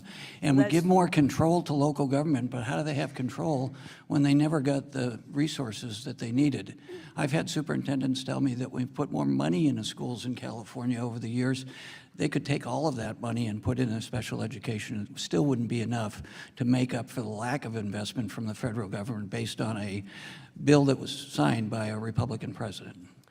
Well, but that's not from the Department of Education. That's the appropriation coming from Congress. So I think that's up to you, sir. Where does that money go to? And the Department of Education is a key part of giving them the best practices so they can understand how to serve the people at the local level. It's fine to say we were going to give it back to local control, which I completely agree with. It's fine to say it's going to go back to the states, but they have to have the resources under a federal statute to perform the requirements under the federal statute, which I assume, given your background and working with special ed kids, you want them to get that. We know we all benefit from having special ed kids get the support. And specifically, does the department intend on eliminating, you talked about parent involvement, the congressionally mandated parent training and information centers? Are you going to continue to support those, and who's going to support those? Well, sir, as I said, the IDEA funding is level funded. There have been no cuts in that. It's going directly as it has before, so without changes from us. You know, having run businesses, I think we're just having a communication problem. How can you say your level of funding, but you're cutting staff and sending it back to local government without the funding?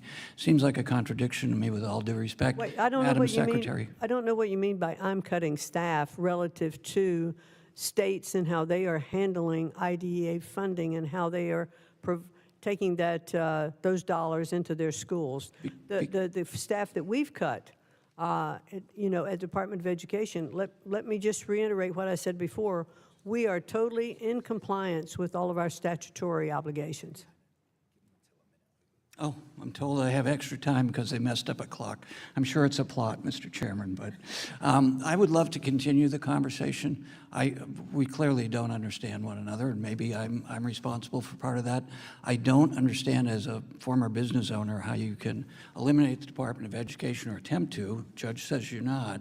You cannot do that. By the way, are you going to comply with what the judge has ordered? I will, but let me remind you that IDEA was in existence before the Department of Education. I believe aware. it started in 1965 Right. and was distributed to the states, and I think it would continue to be distributed if there was no Department of Education. I would respectfully disagree. You have to have people with expertise in order to implement the law. And I know, at least in the case that I've spent a lot of time with special ed kids and their families, they rely on the best practices supplied at a national level so that they can perform at a local level. Well, Thank they you, came Mr. from Chairman. somewhere before the Department of Education, so those people are.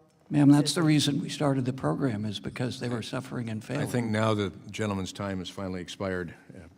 We've got it back on track, so Thank you. thanks, gentlemen. Now I yield to the gentleman from Georgia, Mr. Allen. Thank you, Madam Secretary, for your work on behalf of all the parents and children of this country. I've been very impressed with your work. During my time in Congress, I've been a staunch advocate for school choice. Every child and every family is unique in their own way, and when it comes to learning, it's no different. In fact, in every public school that my children have attended, my wife and I have gotten very involved in that process, and it makes a difference with the parents getting involved. We've seen an explosion of interest in school choice, and as I'm sure you know, even in the last few months, states such as Tennessee, South Carolina, Idaho, Wyoming, and Texas are considering implementing school choice legislation. However, all these success stories, many states refuse to even consider school choice. Many states seem insistent on trapping kids in failing schools. In a country where school choice has already been implemented in many areas with great success, including the 12th District of Georgia, why do so many states refuse to even consider choice? Well, I think you'd have to ask the the governors and the superintendents of education in those particular states. That clearly is that's a state function. Important question, isn't A very important it? question. Yeah, they should answer for But that. I can tell you that what we are starting to see and why you see more states now looking at school choice options is because our education system right now is failing our students. Yes, well, we're So spending the the most success- money and getting the 30th in the world. I mean, And so I think governors who are being innovative on their own are looking at different programs in their states, and they are seeing the success rates returning to classical education in some states, where the science of reading has been so incredibly successful, like the Miracle of Mississippi that we've looked at. On the recent NAEP scores for the state of Louisiana, we have seen that they've had the greatest improvement in their scores relative to others. So now there's a competitive factor going Right. on among the states, and those who are recognizing what's worked, starting to look at it and adopt and say, maybe we ought to take another look at this. exactly, because if you're going to compete in economic development and business growth and job growth in this country, you got to have a workforce, Yes, an you do. educated workforce. And it's more important than ever because the workforce today is very technical and has to have a degree of education to deal with all of the digital aspects of production and everything else. Getting on to higher education, the cost of college continues to rise. It's imperative the students graduating from high school know that there are many paths to a career, and not every career requires multiple degrees. Having built a small business, I have experienced firsthand how hard it is to find skilled and qualified workers. We got to bridge that gap, and I was proud to vote for the One Big Beautiful bill, which included two big Pell policies. First, the bill reinvested billions to close the current Pell shortfall. Second, it opened up Pell to high-quality short-term programs. Can you talk more about why this administration supports short-term Pell and what such a program would do for our workforce? Well, just, not everyone can afford even the 2-year community college. So short-term Pell Grants, which are 8 to 14 weeks, I believe, or 8 to 15 weeks, provide those opportunities to learn and gain a skill and get into the workforce much faster. It's good for employees, it's good for employers to get them into the economy faster. So the short-term the workforce Pell Grant, I'm a strong supporter of. Great. What changes, if any, do you believe need to be made to Perkins reauthorization to improve outcomes for students? Well, I just think that we have to have a better alignment, with the Perkins programs, with what our workforce innovation programs are. I just don't think they're aligned enough and we're holding them accountable enough for those. And I think we can close that gap because it's very worthwhile. Right, good. Well, I'm all with you on the competition among states. States compete for economic development, and states are paying closer attention to workforce development because it's critical as far as economic development. And thank you for your service to this country. Thank you, sir. I yield back. I thank the gentleman.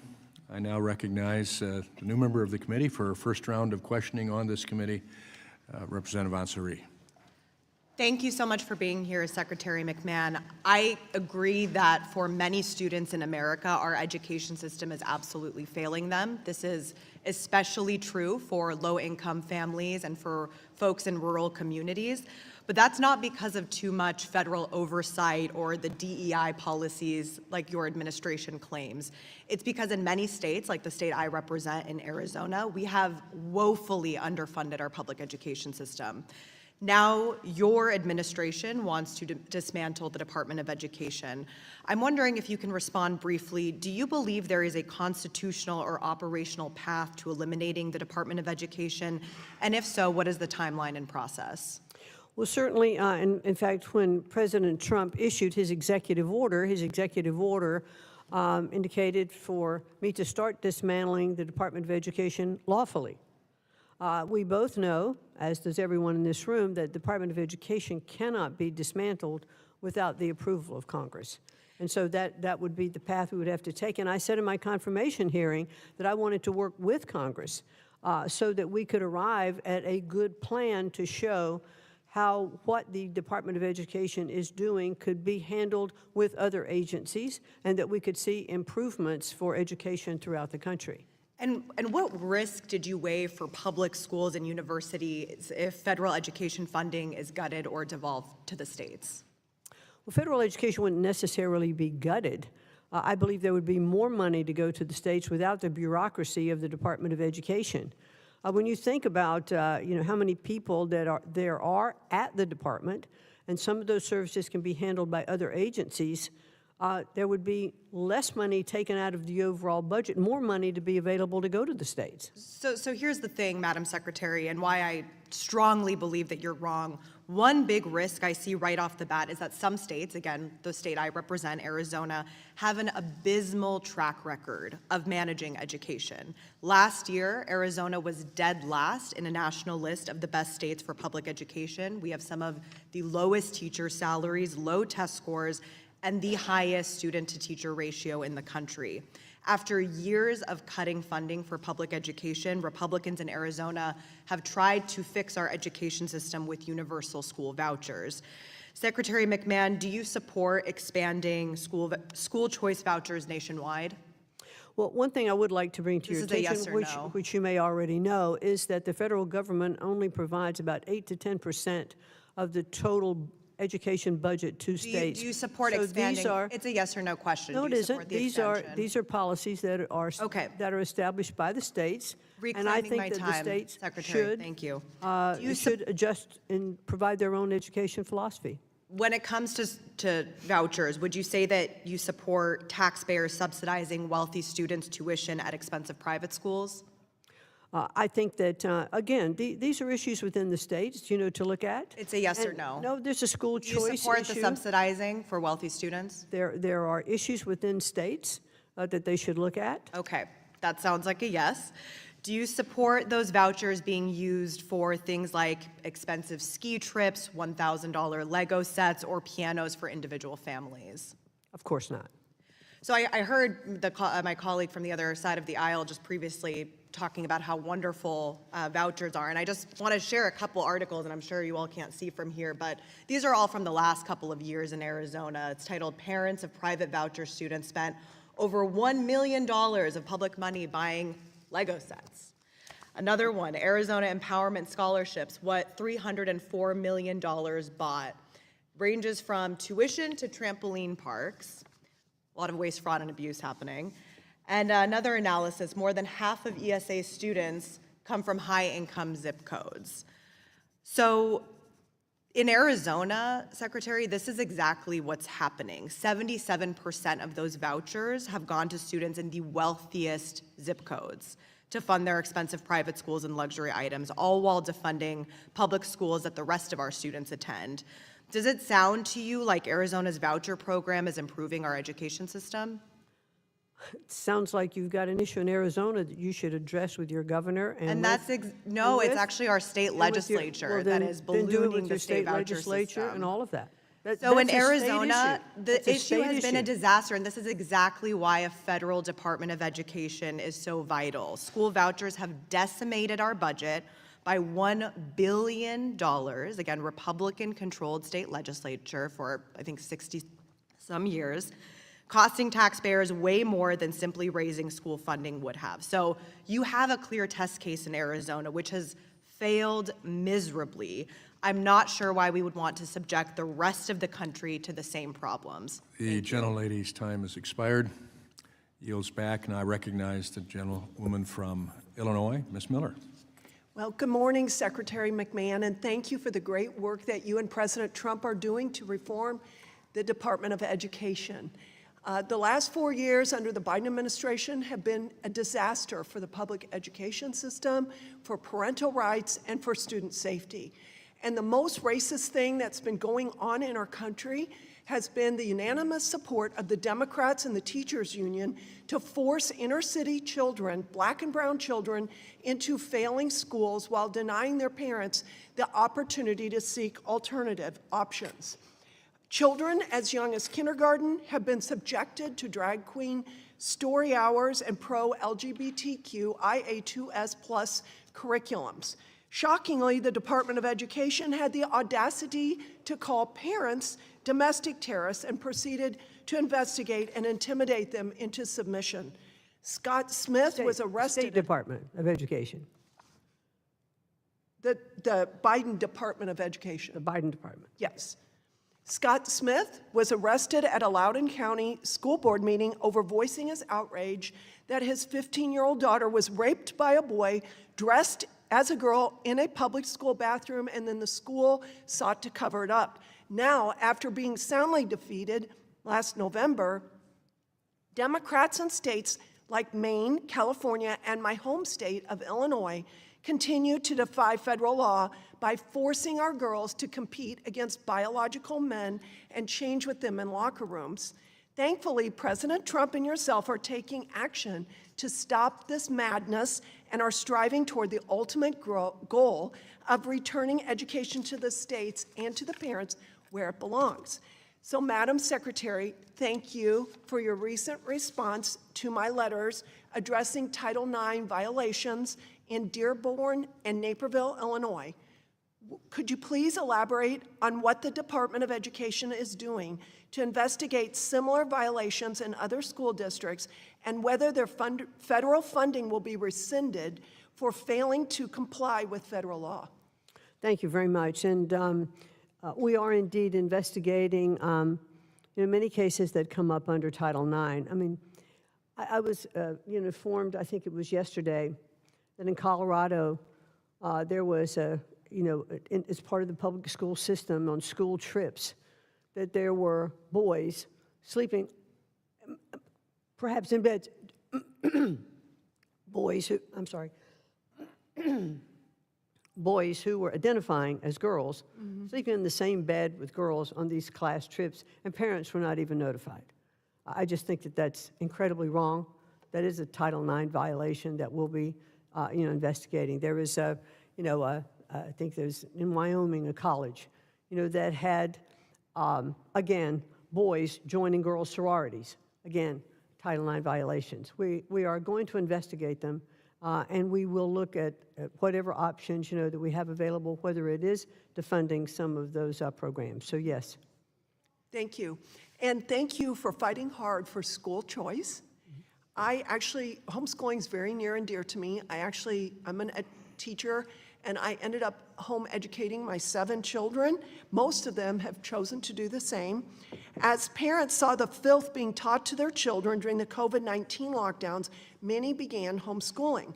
Recently, Democrat-run states like Illinois are seeking to significantly limit the right of parents to home educate their children.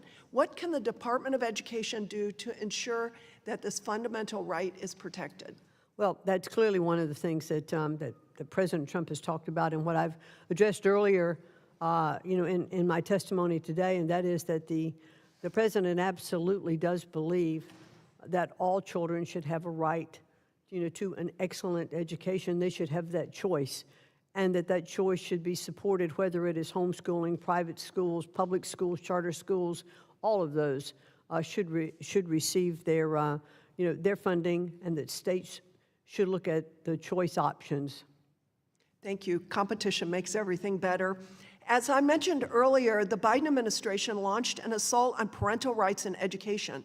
Aside from curriculums, according to Parents Defending Education, at least 20,000 schools in 1,100 districts have policies that prevent faculty and staff from disclosing a student's gender identity to his parents without the student's permission. What is the Department of Education doing to hold these schools accountable? Well, if I'm not incorrect, that falls under FERPA, which clearly is the statute that says that parents have the right to the information that is contained in their children's records, and I absolutely believe that to be true. Thank you. Thank the gentlelady. Mr. Chair, could I ask unanimous consent to enter 3 articles into the record? Without objection. Okay, first, parents of private voucher students spent over $1 million of public money buying Lego sets, 2 Arizona Empowerment Scholarships with $304 million bought, and 3 analysis. More than half of ESA students come from high-income zip codes. Thank you. Without objection, they're submitted. I now recognize the gentleman from New York, Mr. Mannion. Thank you, Mr. Chair, and thank you, Secretary McMahon. Today's hearing is an important one. Since the start of the administration, students, families, and educators across the country have been incredibly concerned about the direction that you and the President are attempting to take, both in K-12 and higher education, and your attempts to weaken or close the Department of Education are acts of recklessness and have already done significant damage. There's a lot I'd like to ask about, but in your fiscal year 26 budget request, I want to discuss programs serving students with disabilities. Your budget recommends consolidating 7 programs under the IDEA into a single block grant to states. So you're specifically talking about eliminating special education programs for preschools, teacher preparation, parent information centers, technical assistance, and educational technology. I was a teacher of AP biology and chemistry and 15-to-1 living environment. I'm also the parent of a student with a disability. And I acknowledge that you intend to maintain the overall funding level for IDEA under this consolidated grant. But structure matters. These programs were created independently for a very good reason, to ensure proper oversight, to serve different populations, and to meet the full range of needs for students with disabilities. Madam Secretary, how can you assure us that states will maintain sufficient support for all of these critical areas like preschool special education and parental assistance if the federal government no longer requires them to do so under separate targeted programs? Well, I think funding under the Grants to States program would continue to be allocated to the states and LEAs in accordance with Section 611. So that will remain. What we found is that we have so many of these different diverse programs, and if there are I think there's 6 of them in total, that would come under a block grant, and states would have greater flexibility in terms of making sure that that IDEA funding went to where it should be. You know, the whole, I'm sure you know probably better than anyone, or as well as anyone, that the process of writing grants, the people you have to hire, the strings that are attached, you know, when individual grants, you know, do come in, is really burdensome and expensive. And so the hope is, and the goal is, that by giving this in terms of the one grant bucket, if you will, that there are less strings attached and it affords greater flexibility for states to put that money where it's needed. If a school district does not follow the proper mechanisms for administering that grant for the students to receive the individualized services that they need, is there any specific accountability measures that will occur coming out of the Department of Education or any other federal government agency? Well, there's always the opportunity of defunding. We don't want to take, you know, any of the tools off the table, but I would like, if there is a specific question, I would always want to look into that and to find out exactly, well, we'd always investigate. You know, if there are reports that this is not being spent the way it's supposed, we'd always investigate. There's been a lot of discussion and questions regarding parental access and parental input. So I was in a classroom for almost 30 years, and over the course of those 30 years, what I saw was the implementation of emails, online grades being able to be accessed by parents, shared decision-making committees, an increase in the number of parent-teacher conferences and meet the teacher nights, the ability for students to audio tape or videotape lessons, and teachers themselves providing curriculum online and posting their lessons, sometimes a video recording of their lessons online. So is it your opinion that over the course of those 30 years that parents have less access to information about their students' education? Well, clearly you've made the case for innovative teaching, and I think that's what we should, through our regulations, allow teachers to do, and that's teach. Let's take the handcuffs and the red tape of compliance with regulations off them and let them do what they want to do. And we will see better results with children. Thank you. Should a parent have the ability to opt their child out of a unit on evolution? Yes. Should a school district be able to eliminate evolution from a biology curriculum?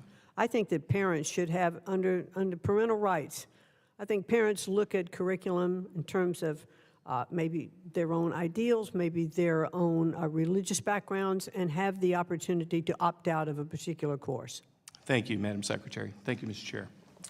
I thank the gentleman. I recognize the subcommittee chairman on early childhood, elementary, and secondary education, a gentleman from California, Mr. Kiley. Hello, Secretary McMahon. It was just 5 months ago that we had a Secretary of Education who was an enthusiastic supporter of shutting down schools during COVID, who was an enthusiastic supporter of forcing 2-year-olds to wear masks, who actually encouraged school districts, K-12 schools, to adopt COVID vaccine mandates. We had an administration that investigated parents as domestic terrorists for showing up at school board meetings, that attacked charter schools, that refused to condemn universities for caving to the demands of anti-Semites, that set out to destroy girls' sports, and that saw $200 billion added to education spending while student performance plummeted. Things are a little different now, aren't they? I certainly hope so. But unfortunately, in my state of California, they're the same, or actually they're worse than they've ever been. And you've already taken a number of steps to try to help out students in California. I did just want to highlight a couple other areas where the problems in our state's education system may fall within your jurisdiction in upholding the civil rights laws. First is when it comes to charter schools. I know you're a huge supporter of charters, and I believe you support the bill I've introduced, the High Quality Charter Schools Act. But in California, the governor and the legislature have declared war on charter schools. They're trying to stop new charters from starting. They're trying to shut down high-performing charters. A particularly egregious example is in Santa Clara. The Office of Education told one of the highest-performing public schools in the state, Bullis Charter School, that unless you engage in outright racial discrimination, we're going to non-renew your charter. Unless you have fewer Asian students, we're going to non-renew your charter. And then there was something similar that happened in Oakland Unified, where a charter school actually was non-renewed for similar reasons. So that's charter schools. The second issue is ethnic studies. So the state has seen fit to adopt a new ethnic studies graduation requirement for high school, but some districts have gone above and beyond and are already offering what's being called liberated ethnic studies. Now, both the model curriculum and these more specific liberated ethnic studies curriculums have been condemned as being overtly anti-Semitic. We saw an example of this actually in the last Congress when the superintendent of Berkeley Unified testified here that she thought a slide showing that students, that the expression from the river to the sea is a valid perspective, she saw no problem with that. So I know that you may not want to comment on particular investigations that may or may not be under consideration, but do you see these as areas in which you might be able to help us out, either one of them? Well, a lot of that definitely still does fall within the local or state jurisdiction for schools. But I think in terms of universities, you've already seen how the Department of Education will come in for Title VI violations, and so we would continue to do that. Well, thank you very much. And I did want to say just a word about the situation at universities as well. Now, I have zero sympathy for Harvard. They were rated as having the very worst protections for free speech of any university in the country, actually any university in the history of the survey. And then when it came to anti-Semitism, I think it's actually underappreciated, the horrors that happened on that campus. We've heard from Jewish students at that university here who have testified how they were afraid to leave their dorms, how if they did, they were harassed, they were physically assaulted. You had pro-Hamas thugs who would follow them to class and monitor their movements. All the while, the university failed to protect them, instead catering to the demands of their tormentors. So I have very little sympathy for the university, and I think when they say, oh, well, we've changed some things, or we did a task force, clearly inadequate. What happened on that campus, reviving one of the most, perhaps, retrograde and ancient prejudice in world history and becoming a hotbed for it on their campus, that reflects a fundamental sickness that requires fundamental reform. So I think that what the administration is doing is absolutely necessary. The one point I would just raise is I wonder a little bit what the end game is here. Our universities have had a lot of problems in recent years and decades. They cost too much, they deliver too little value to students, and they've incubated a lot of the problems we have more broadly as a country. But throughout our history, they've actually been huge national assets. It's a great thing for our country that we've had universities that lead the world and that the best and brightest from all around the world want to study at and then contribute to our country. So the word of caution I might just add is that when it comes to the ultimate goal here, I hope that the goal is not to reduce these institutions to a shadow of their former selves, but rather to revive the ideals that used to guide universities and to restore them to being national assets again, rather than the liabilities that they become. And I'd be very happy to help in any way that I can with that goal. Thank you very much, and I'd like to work with you on that. Thanks very much. Yield back. I thank the gentleman. I recognize the gentlelady from Connecticut, Ms. Hayes. Thank you, Mr. Chairman, and Secretary, welcome to our committee. It's interesting, I took a lot of notes. I had prepared questions, but I think I'm going in a very different direction. We've heard other colleagues talk about the NAEP scores, and I heard you say that the president was angered and embarrassed by these, and I think we all should be. But when you disaggregate those scores, they clearly show that low-income students score significantly lower than their white and higher-income peers, and that is mostly in part to ongoing disparities in educational access and quality, which makes much of what I'm hearing today that much more relevant. You mentioned Connecticut. We both come from the state of Connecticut. Connecticut relies on property taxes to fund education, and we have one of the largest income gaps in the nation, which means by design or default, low-income students face multiple challenges, including limited access to resources and opportunities outside of schools, which is why I don't understand many of the decisions made in this budget. One of my colleagues asked about collecting data on family composition and background. The Department of Education Office of Civil Rights is mandated by law to do that.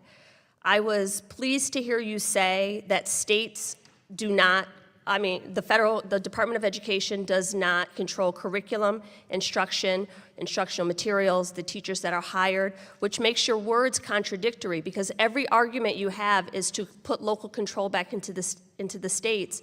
But states already have local control, as anyone who has any knowledge or background of education would already know. The role of the Department of Education would be the civil rights enforcement of those local controls, which again, the irony of this budget zeroing out American history and civic education programs when you couldn't even answer a question about Ruby Bridges or the election of President Biden, which are as basic as it gets. So I really, really don't understand it. But you are making the argument for me because when you respond to questions from my colleagues by saying that sounds like an issue for state legislatures, that is why the Office of Civil Rights is necessary, because state legislatures made the decision that Ruby Bridges did not have the right to a free and appropriate, high-quality public education. So you, Madam Secretary, are actually making the argument for the role of the department, not to dictate local curriculum instruction or instructional materials, but to make sure that those things are carried out by the department. That states follow the law, that they are doing those things. So 49 million children in this country receive public education services. About 3 million children are in charter schools. There are not enough charter school slots. So my questions are mainly focused on what about those other 46 million children? So it's mind-blowing. I hear you talk about safety, keeping students safe on school campuses, but not a word about the 390,000 students who have been affected by gun violence. I was in the classroom on the day Sandy Hook happened, and the federal government came in with almost $2 million to rebuild that community and provide programs for the surrounding communities. In your opening, I heard you mention student athletes and LGBTQ students twice, not one word. And even when my colleague asked you if you thought it was a public health crisis, you can't answer questions that affect the majority of students. So I'm not really sure. I am an educator by nature. I try to be supportive of what the Department of Education does because I need for you to succeed, for my students to succeed. But when you come in and say your final mission is to eliminate the department. It says to me that the 46 million children that are not receiving services do not matter. I've ran out most of my time, but this bill defunds literacy programs, eliminates 21st Century Community Learning Center, eliminates preschool grants for children with disabilities, eliminates, reduces funding for career and technical education, like all of these things. I'm going to ask you two really quick questions. Do you think that Holocaust education in our schools is a DEI program? There's no card for that. That's just yes or no. I can look at whatever card I Holocaust choose. education, Thank is you it a very DEI? much. You can have a press conference to say whatever you want. I just need a quick answer to Your this. soliloquy Is been very Holocaust, informative. because this is my time, is Holocaust education a DEI program? No. Is African American Studies a DEI program? I think I answered that with one I'm of the asking other it again. callers. Listen, we should be Just able, yes or no? We should be able to teach My courses in their point is they entirety. are DEI programs, both of them, because students need diversity, equity, and inclusion to understand their environments. So both Holocaust education and the teaching of African American history are important, which is why the state of Connecticut requires it in our social studies curriculum. You're talking out of both sides of your mouth. You can't support one The without gentlelady's supporting the time has other. expired. And looking at what happens in the schools and actually deferring to teachers, parents who are on curriculum committees, local boards of education in states who actually do the hard work The and gentlelady's time listening has to what expired. they say I appreciate would be the incredibly helpful in passion, this but role. it's time to move on. I yield back. I recognize the gentleman from Ohio, Mr. Rulli. Thank you, Mr. Chairman, and thank you, Madam Secretary, for coming today. We really appreciate your time. I spent 8 years of my life on the school board, 3 years as a school board president of a public city school. I know this subject fairly well.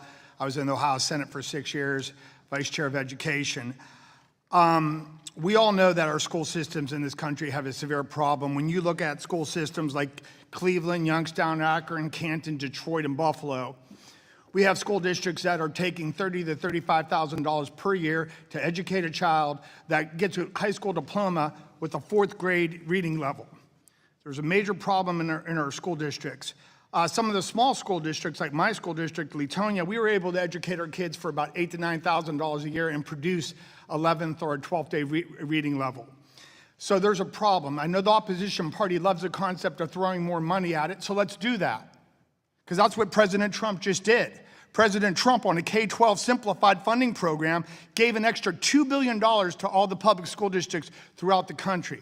And it even gets better than that, because the Biden-Harrison administration spent more than $1 million on DEI grants throughout the country. So if I'm doing my math right, that's $3.5 billion that we could take from the federal government, which will never have a trickle-down effect on the local school board, because I was on it for 8 years.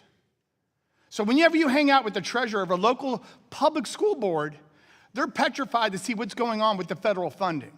Where is it going? And the opposition party thinks it's so romantic that the money stays here in Washington, instead of ever going to the grassroots home rule effect. So in Ohio, we love home rule. So I'm excited to see these extra billions of dollars coming back to the local school districts. So Madam Secretary, my question would be, now that President Trump is giving back funding to the states and more efficiently, what results do you expect that American students could produce in the next 4 years under the Trump administration? Well, it's certainly my hope that as we look at states being more focused and having the authority for more choice in education, that we're going to see our scores go up. But, you know, we have to have dedicated teachers, which I believe we do. And I think we need to take the handcuffs off our teachers so that they have the ability to be innovative in their classrooms. I think if we look at some of the programs that have been successful in other states, as I mentioned earlier, return to the science of reading and look at how phonics has made such a difference in getting back to some of that same kind of curriculum that we used to have. I've seen it work in schools. I have visited schools where they're doing that more classical education. So what I would like to see, and I hope we will see, and I think we will see, are state departments of education adopting more of those kinds of programs to make sure that, A, we get literacy in place, that we also have the ability to have school choice, and that states totally take this funding that is coming to them and see the areas of where they need to focus more of their dollars and direct that spending into those areas. I love those words. In particular, in the state of Ohio, our Speaker of the House, Matt Huffman, and I did a lot of ed choice programs in the state. And this is coming from a guy, I'm a graduate of a public school board member, 8 years of a public school. But we created a voucher program, which helps urban kids more than anything else. When you have a Cleveland City school that is just falling to pieces, you have to give urban moms and dads the opportunity with the voucher program to put your child wherever it could be. And what that adds is actually competition within the school districts. You know, you have open enrollment, you have all these different obstacles to school board members. So it's up to them to have a good, scholastics program, have a good athletic program, and to be inviting to people. I know in my old public school that I was the president of, they started a trades program within the school. So maybe a 4-year degree and $100,000 in debt isn't what you're supposed to be. Maybe you could become a welder and make $100,000 without debt. But we have to have different paths and get outside of the box. And I think it's an exciting time for you to be the Madam Secretary at this point. Do you think that we can incorporate all this voucher program and this ed choice and even have better public schools and all of it could come together? Am I wrong? I really think we do need to focus. No, you're not wrong. And I do think we need to focus on making sure that our cultural viewpoint relative to education is not always that you have to have a 4-year degree, because there are other ways to have a great fulfillment, of a career and provide for your families with skill-based training, plumbers, electricians, HVAC, not only that, but technology developments that we're seeing. And we ought to start that more. Middle schools, high schools, leading into those career programs. And I think that's one of the things that our workforce development programs will show success for doing. Thank you so much, Madam Secretary. And with that, I yield my time back, Chair. I thank the gentleman. I recognize now the gentlelady from Michigan, Ms. Stevens. Great. Well, thank you, Mr. Chair. And Madam Secretary, I realize you're in the cabinet with the president, and you're the first cabinet secretary I've been able to speak with this term. And if you could please pass along to the president that 55 tariff announcements in 100 days are killing us in Michigan. I know that the president came to Michigan to celebrate his first 100 days in office. I know this is outside technically the purview of your administration. We see hiring on hold. We see suppliers, small businesses. They are telling me today that operations are going to shut down. And certainly, we then get the question of unemployment and job training and apprenticeship programs. Now, the Department of Education was passed into law in a close vote in 1979. 4 years prior to that, the House of Representatives signed into law the Investing in Disabilities Education Act, IDEA. We want to see special education fully funded in the United States of America. And Michigan, just as of 2023, missed out on $700 million in IDEA funding. I have worked so closely with my school districts all across my state, frankly, on the missing pieces of their budget from special education funding gaps. Can you speak to some of the changes that are going on in the administration or in your very agency right now, and if there is an opportunity for Michigan to access more special education dollars? Well, as I testified to earlier, the IDEA funding is going to continue, level funding going into the different states. Now, there are 6 programs that are going to be consolidated into a single stream funding that I think you could apply for in those states and help get the governor or the superintendent of education to direct more of those funds. Yeah, and while I don't agree with the reckless language of shutting down the Department of Education and the dismantling and the job loss, and I know some of these individuals in Michigan who have lost their Department of Education jobs, we will gladly take every special education dollar that you can give us. And then, as you know, TRIO grants are grants that help low-income first-generation college, veteran, and disabled students who we care about so much apply and successfully complete college. And several schools in Michigan use TRIO grants to support students. So why did the administration decide to eliminate the TRIO grants program, and what's happening to that money? Well, TRIO grants for the funding that's in place now are continuing for, for the balance of this fiscal year. They have been zeroed out in the next budget.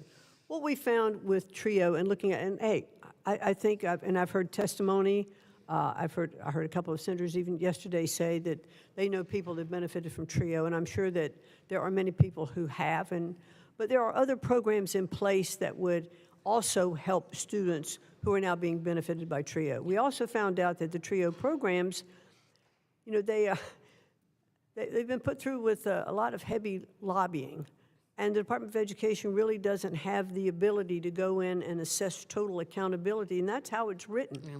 Well, If that's the case too, we can look at expanding Pell, which many of us, support. We need to see Pell Grant expanded. We obviously want to continue to that discussion with you and on the record. But with my remaining time, and as you are a cabinet secretary for the second time in a row in the administration of President Donald J. Trump, please just know we are competing with China. We are competing on a world stage, and a place where I am so privileged to call home is right in the middle of that competition. We need these engineering jobs. We need these apprenticeship programs. We certainly want to see our government function to the best of its ability and deliver the standards and dare I say, the efficiency that our taxpayers pay into. But when we see tax bills that are cutting investments in manufacturing, new manufacturing, 40 new plants in Michigan, when we are fighting for all the technology talent we can get, we need you to double down on this. We need your partnership. We would like to show this to you firsthand. I do a program called Manufacturing Monday. I visit hundreds of small businesses over and over and over again. I have real relationships with these people and the students who are in FIRST Robotics. And yes, Michigan has the largest number of FIRST Robotics teams, which we would also love to showcase to you and your office. But ma'am, please tell this president, slow down on what he is doing to autos, our manufacturing sector, and to consumer costs. Thank you, and I yield back, Thank Mr. you, Chair. gentlelady. I recognize the gentleman from Guam, Mr. Moylan. Thank you, Mr. Chairman, Madam Secretary. Thank you very much for your testimony. I'd like to bring your attention to the territories now. And as you know, from Guam, like Guam, we often encounter unique challenges. We have small economics, and we have geographical isolation. It takes me 20 hours to fly back home, door to door. Plus, you change the date line. In fact, I think it's like 2:30 or so in the morning tomorrow in Guam. So we're way out there. We also have devastating natural disasters. We just won't go through super typhoons. It's like a gigantic tornado happening in some of the states, but it hovers over the entire island. Plus, we have the military buildup with the Indo-PACOM situation. So my question is, how does the administration plan to invest in American students in the outlying areas, where the roles and responsibilities of the federal government are much different than that in the states? Well, what I would like to do, if I may, outside of the hearing, there are specific areas that we could talk about and what my position at education may be able to be helpful for you. I'd welcome that opportunity to have more thorough discussion with you. I appreciate that, and we need to get you to Guam as well. That would be great. Going on to another question then, again, specifically on Guam, we often fail to recruit and retain special education specialists. I understand that's nationwide, but making it burdensome for our special needs students to attend public and even charter schools. So how can this administration support Guam in addressing these gaps? Again, that really is more local use of funding and not controlled by the Department of Education. When we get to our meeting, we'll also discuss how often we face financial hardships in the island when it comes to infrastructure improvements, and academic competitiveness, how does this administration plan to invest and uplift these students? Another concern of mine for the islands and many of the territories. Yeah. Again, I look forward to our meeting to discuss those. Okay. Let's see. Okay, just finally, another one for our topics of discussion. As you are aware, Guam often struggles with the needed infrastructure upgrades. Our storms and our cost of getting materials to the island is tremendous. And especially with our public schools, it's very costly. And so how does the administration, another one we can discuss, plan to address critical issues like these, ensuring that we can make our educational institution in the outlying areas world-class like all American institutions should be? Well, I really do look forward to our meeting. I think I can address things better by sitting down and having a better understanding of your issues. Okay. Likewise, when we get to our meeting, we'll talk about the shortages of medical physicians and nurses. We know nationwide, but even so more stressful for the territories. In addition, how the skinny budget has affected our special education funding. Likewise, for skilled trade and workers and high-skilled degrees in medical professions, how we can better that for our territories. Pretty much, I'm looking forward to a long discussion with you as soon as possible, Madam Secretary. I appreciate it. And I'll make myself available for that. That'd be wonderful, and we'll get you a trip to Guam. Thank you. Thank you, Mr. Chairman. I thank the gentleman. I recognize the gentleman from Texas, Mr. Kazar. Secretary McMahon, thank you for joining us here today. Right now, the administration that you're a part of is pushing for a massive tax break for billionaires paid for by massive cuts to health care and food assistance for everyday Americans, including to the children that you're charged with educating. You yourself and your family, as a billionaire family of wealth of about $3.2 billion, can you share with us, do you know how much you and your family will receive in tax benefit if this Republican tax proposal gets pushed through? No, I've not sat down and worked with my accountants on what tax. I can tell you most You have of the time, a general sense? Well, I Is can it tell you millions last or time tens of millions? taxes went through, I paid more. And so you think that under this proposal, you will not, like the other billionaires, get millions or tens of millions of dollars in tax benefit? I think this is kind of a ridiculous line of No, it's questioning. not ridiculous, because here's what's important. The biggest bill being pushed by your administration for your average extremely wealthy person would give about a $4 million benefit.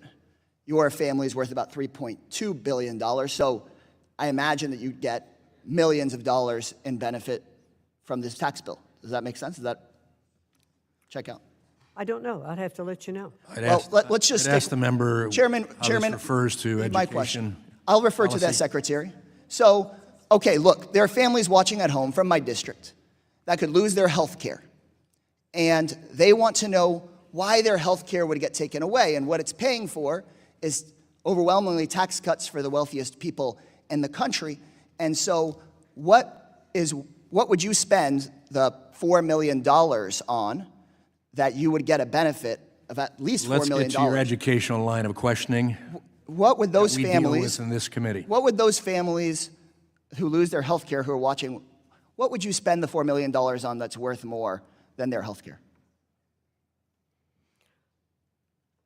I'm not going to address the questions relative to me personally. I'm here as the Secretary of Education, and I'm Okay, so happy as the Secretary to of answer the Education questions then, relative to education. as the Secretary of Education, do you think, yes or no, that kids will do better off in school if they have health care and their food needs met? Yes or no? We all do better, and children will do better in school if their health needs are met. I agree with that. Good. And so I guess for those kids, which there's going to be hundreds of thousands or millions of kids that lose their health care, how is it okay that they're going to lose their health care so that billionaires and billionaire families, I'm not just even picking just on you, but billionaire families like your own, can get a tax break? What, if you don't even know how many millions of dollars it is you'd get, how is that worth it? I'm not going to respond to your question. I think the answer is because it's not worth it. It's not. if you got $3.2 billion or $5 billion or $10 billion, Going off the premise that there's going to be health care that is going to be removed from these children, I'm not sure that is a correct premise, so I'm not gonna every single organization that's looked at this bill knows that millions of people will lose their health care. The latest estimate is at least 11 million people and families, because you wouldn't get the enormous savings that the Republican majority on this committee is looking for unless you kick those millions of people off of their health care. So how can we educate our kids if they don't have a roof over their heads, if they can't see a doctor, if they don't have food assistance? So I'll ask you, do you think it's right for kids to not have food to eat at home before they go to class in order to make sure that a billionaire that doesn't even know how many more millions of dollars they're going to get could just get a few million more? I want to make sure that as the Secretary of the Department of Education, that the President's plan to make school choice available to every student in our country is what we follow. And the President's plan specifically takes money away from those kids, specifically takes food away from those families, specifically takes money and sends it to big contractors, big companies, and sends millions of dollars to billionaires like you who don't even know how many extra millions of dollars they're going to get. Before I was a member of Congress, I helped run an after-school program at a high school where many of the kids were getting driven to school in the same car that they slept in at night. They didn't have food. Many of them couldn't see a doctor. They struggled in class. We should be passing a bill to make sure that they've got a decent classroom experience, a roof over their head, food, and health care, not a bill that just funnels who knows, in your opinion, how many millions of dollars to billionaires like those in President Trump's cabinet. Gentleman's time has expired. I now recognize the gentleman from Missouri, Mr. Under. Thank you, Mr. Chairman. And thank you, Secretary McMahon, so much for taking the time to come to testify before us today. First of all, I'd like to apologize for the contemptible way that my Democrat colleague treated you. I just want to say parenthetically that absolutely, I'm a physician who has taken care of Medicaid-insured patients for over 30 years, and absolutely 0 children will lose their health care under the Big Beautiful Reconciliation Bill. But I'd like to discuss with you some of the damage done by the Biden administration to education policy in the United States. One of the worst policies, of course, was the Department of Education's treatment of Title IX regulation. It, of course, radically reinterpreted sex to include gender identity and sexual orientation, which resulted in men infiltrating women's sports, much to the detriment of fairness and safety in an area where women have made enormous progress over the years. Thankfully, a federal court vacated that regulation earlier this year. But there was another aspect of Biden's Title IX regulation that was also damaging but didn't receive as much attention, and that is the erosion of due process during Title IX adjudication of misconduct on campus. The Biden administration uniformly lowered the evidence standard required for a student to be convicted of misconduct in such an adjudication. This is serious, and federal courts have found that some students were wrongfully disciplined or even expelled in that process. The Trump administration has worked to improve this situation, preserving the integrity of the process for sexual misconduct victims, and at the same time discouraging false accusations, because if false accusations are tolerated, it weakens the voice of actual victims. I believe we need a permanent legislative solution to protect victims of misconduct and those accused, as opposed to ping-ponging back and forth with changes in administration. Unfortunately, the Biden administration was not alone in disrespecting the Title IX due process rights over the years. After a Title IX adjudication that occurred after Oberlin College changed its school's procedures, the Sixth Circuit of the U.S. Court of Appeals strongly reprimanded the college, noting that in this country, we determine guilt or innocence individually rather than collectively based on one's identification with some demographic group, and concluded the institution's expulsion of a student was arguably inexplicable. A similar case out of Purdue University, where the university refused to allow the accused to see the evidence against him. Secretary McMahon, could you talk about the efforts of the department to ensure that education and educational institutions know their obligations under Title IX to protect the due process rights of their students as well as the victims of misconduct?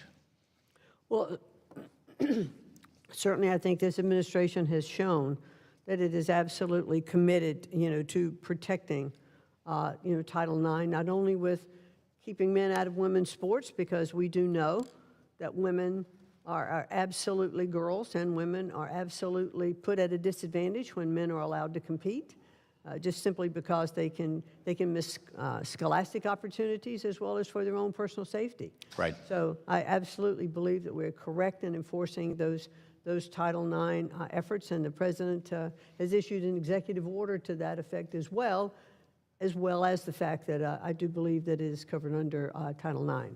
Yeah. So, and the due process portion at our universities, I think, is very important that we continue to look at that to make sure, as you said, that victims and those who are accused are protected under due process.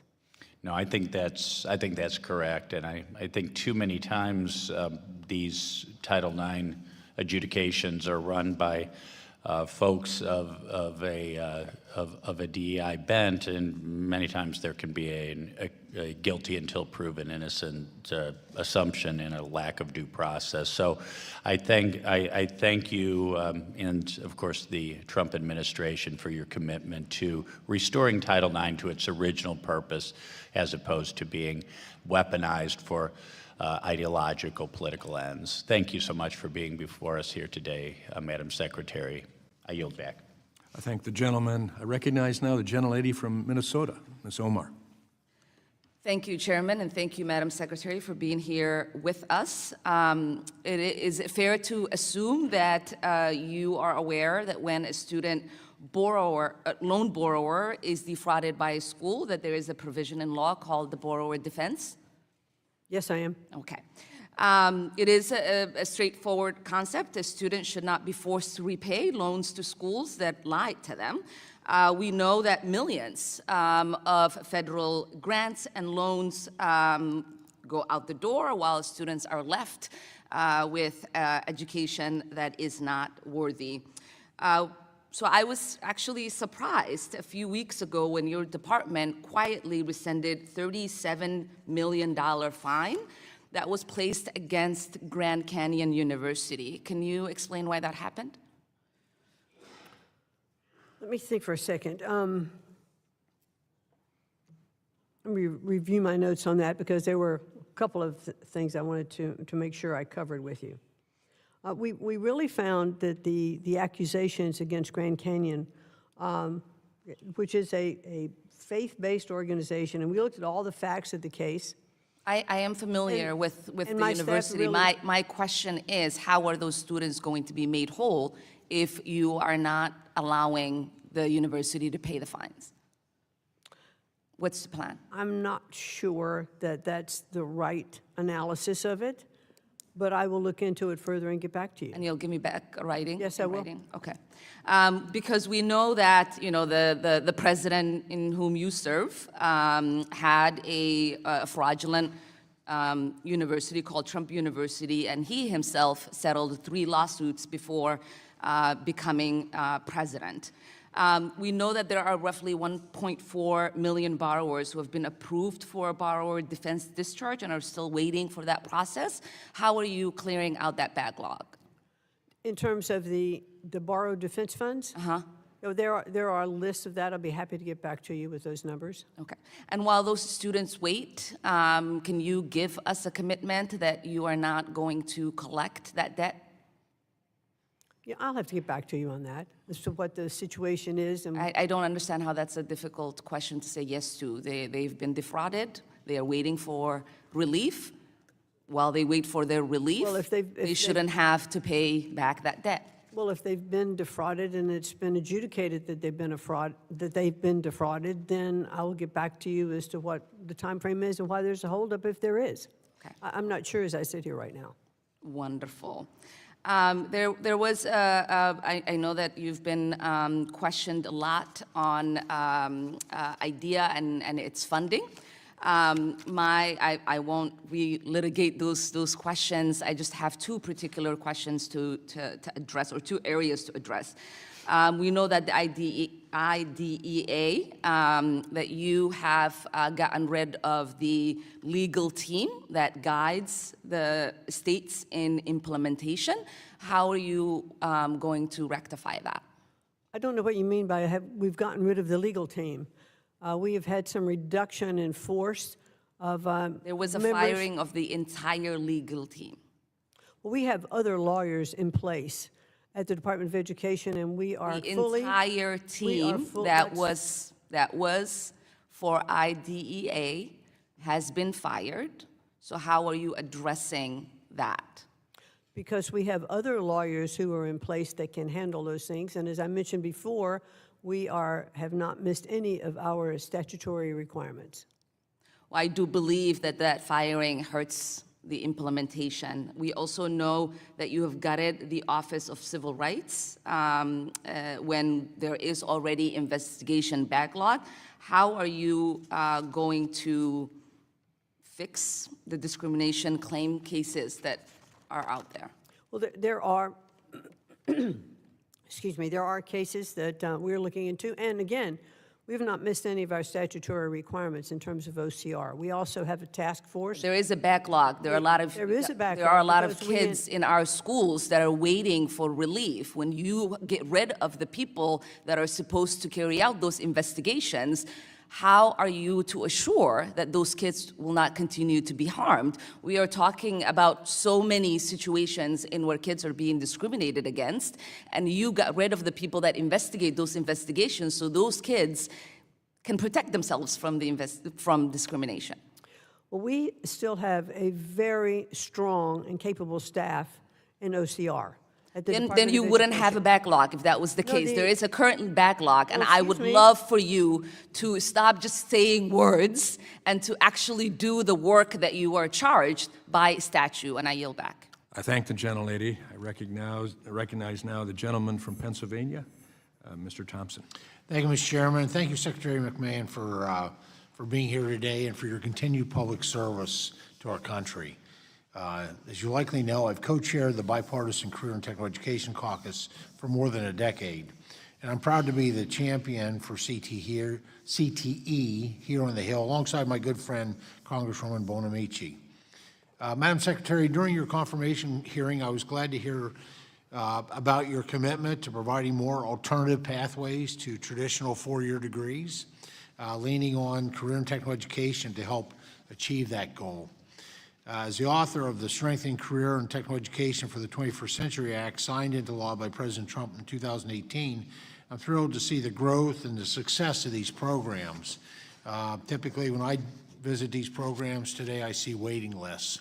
I see schools actually investing in bricks and mortar to expand their footprint to be able to accommodate more secondary and post-secondary students. Really working to restore rungs on the ladder of opportunity for so many. Today, a record nearly 12.5 million students nationwide, a number that has continued to grow since 2018, are served in career and technical education programs.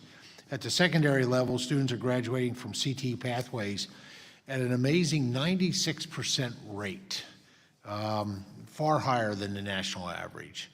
High school CTE concentrators are also more likely to be employed full-time and have higher earnings 8 years post-graduation than their counterparts. Great pathway to success in life. Madam Secretary, would you agree that CTE programs help incentivize workforce and skills development? Yes, I do. Yeah, the reason that we obviously know this information is and can track the CTE success and made positive reforms in 2018 was because of the data. Without good data, it's hard to make good decisions as members of Congress. Now, I've written about this issue to you before, but I'm still concerned about the department's decision to cancel the National Evaluation of Career and Technical Education under Perkins. This 5-year evaluation was mandated by law in Perkins 5. It was set to be completed this year as Congress begins our work to reauthorize Perkins. It's time to do Perkins 6 here, reauthorization time. And when you reauthorize, you want to refine, you want to improve, you want to maximize opportunities. We need data to do that. It's better to educate or to legislate based on data, not emotion. So, Madam Secretary, how does the department plan to ensure there's still a national level evaluation infrastructure in place to support evidence-based policymaking in CTE while not losing the nearly 5 years' worth of data that's already been collected? Well, we're going to continue to collect the data that we need to collect, and we want to make sure that the Perkins program is, as we look, I think as Congress, we want to provide to you the best data that is possible. So we have made some changes in some of the educational data collecting that we are doing. I'm not sure, as I sit here at this moment, if that's really pertinent to the Perkins data so much as it was the NAEP scoring and other educational policies. And I'd like to get back to you after I clarify that. Yeah, that'd be great, and I look forward to working with you, because it would cause me concern that on year 6 of collecting that data, we use a different methodology. I mean, we need consistency, right? In terms of data, consistency is important in the statistical collection of data. So, quite frankly, I look forward to working with you, because we need to go back and finish the process the way we legislate it and the way we did the first 5 years. I think they'll set us up nicely for doing a great Perkins 6 reauthorization. You know, additionally, the administration's FY 2026 budget proposes reprioritizing CTE grants so that they only support middle and high school students at the district level. However, under current law, states are explicitly granted the flexibility to decide how to best split their CTE resources between secondary and post-secondary systems, as post-secondary CTE programs continue to provide valuable pathways for learners of all ages. And these are incredible programs that I take every opportunity to be able to visit those, to see the fruits of the legislative work that I did with President Trump under Trump 45. With the modernizing career and technical education for the 21st century. Can you explain why the administration is seeking to limit CTE funds to K-12, despite Perkins law explicitly supporting student transitions beyond high school, including into apprenticeship and other post-secondary pathways? Another area that I look forward to working personally with you on. Thank you. I'd look forward to that as well. I know the president is certainly, and the budget supports the directive of the president's executive order, preparing Americans for high-paying, skilled jobs, and that's one of the things that we'd like to focus on as well. That'd be great. The action by the department was kind of contrary to that. Very familiar with that executive. Gentleman's time has expired. Oh. I thank the gentleman. Thank you. Secretary. I now recognize the gentleman from North Carolina, Mr. Harris. Well, thank you, Mr. Chairman, and thank you, Madam Secretary, for being here and for your patience and endurance throughout this hearing. There's been a lot said about the closing of the Department of Education and the activities that are being ensued. But, Madam Secretary, I want to ask you, is education mentioned in our Constitution? I don't believe it is in terms of directives or agencies mentioned in the Constitution. Correct. Our 10th Amendment says that the powers not delegated to the federal government by the Constitution are reserved to who exactly? States. The states and the people. Yes. And my wife teaches 8th grade U.S. history, and I think even her 8th graders can piece together that if it's not mentioned in the Constitution, it must fall to the states and to the people. Sadly, some of our federal judges need to go back to the 8th grade and have that kind of class. Let me ask you this. Do you think a single district judge should be able to stop the constitutional actions of a president? Well, I certainly think that is a question now that is before the courts, and is being, I think it will be properly adjudicated. Well, unfortunately, that's exactly what happened. Judge Wan in Boston issued a preliminary injunction to stop several of President Trump's education-related executive orders, including the one directing you to take steps to close the department. So I want to take a moment just to set the record straight for the nation and ask you, Did President Trump's executive order in March about closing the department ever tell you to ignore the law? No, in fact, it says specifically in the executive order to do it lawfully. Exactly. It very clearly says, and let me just quote it for the record, the Secretary of Education shall, to the maximum extent appropriate and permitted by law, take all necessary steps to facilitate the closure of the Department of Education and return authority over education to the states and local communities while ensuring the effective and uninterrupted delivery of services, programs, and benefits on which Americans rely. It seems that Congress is the one out of line with the Constitution in establishing a Department of Education in the first place. And I, for one, happen to agree 100% with you and President Trump that we must send education back to our states. But that process doesn't mean ignoring the laws on the books. So what steps have you taken to follow the Constitution and carry out President Trump's lawful order to move the Department of Education toward closure? Well, what I've said from the beginning, in fact, in my confirmation hearing, when I was asked specifically, I said I would like to work with Congress as we look at the plans for shutting down the Department of Education and which of those agencies can carry out the obligations that are currently now funneling through the Department of Education. So it was always my goal, and will continue to be my goal, as I know it will take congressional action to close the Department of Education, to work with Congress to do that. So are there any specific needs from Congress that you have that you would ask us to help in accomplishing your task?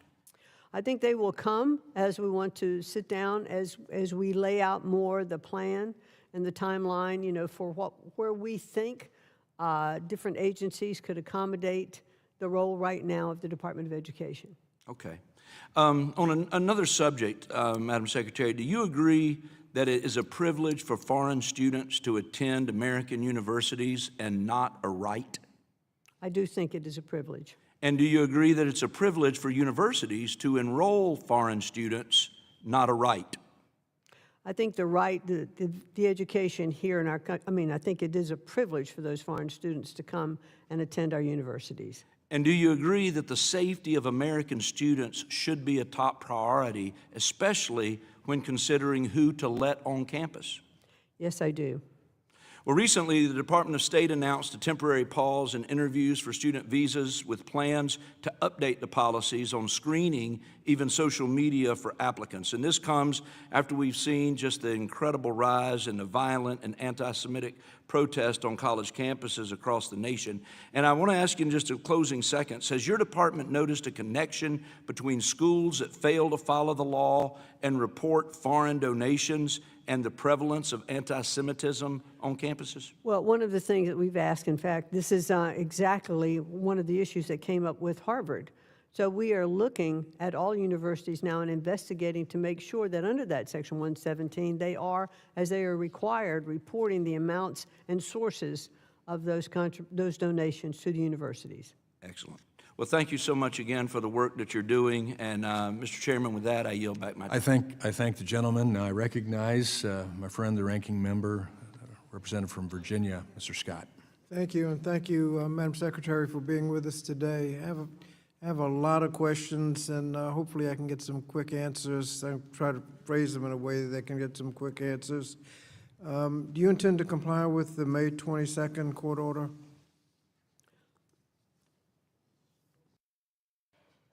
The May 22nd, in which we are joined in this particular aspect, can you be more specific? The court order issued on May 22nd requiring you to, that prevented you from dismantling the department? Oh, right.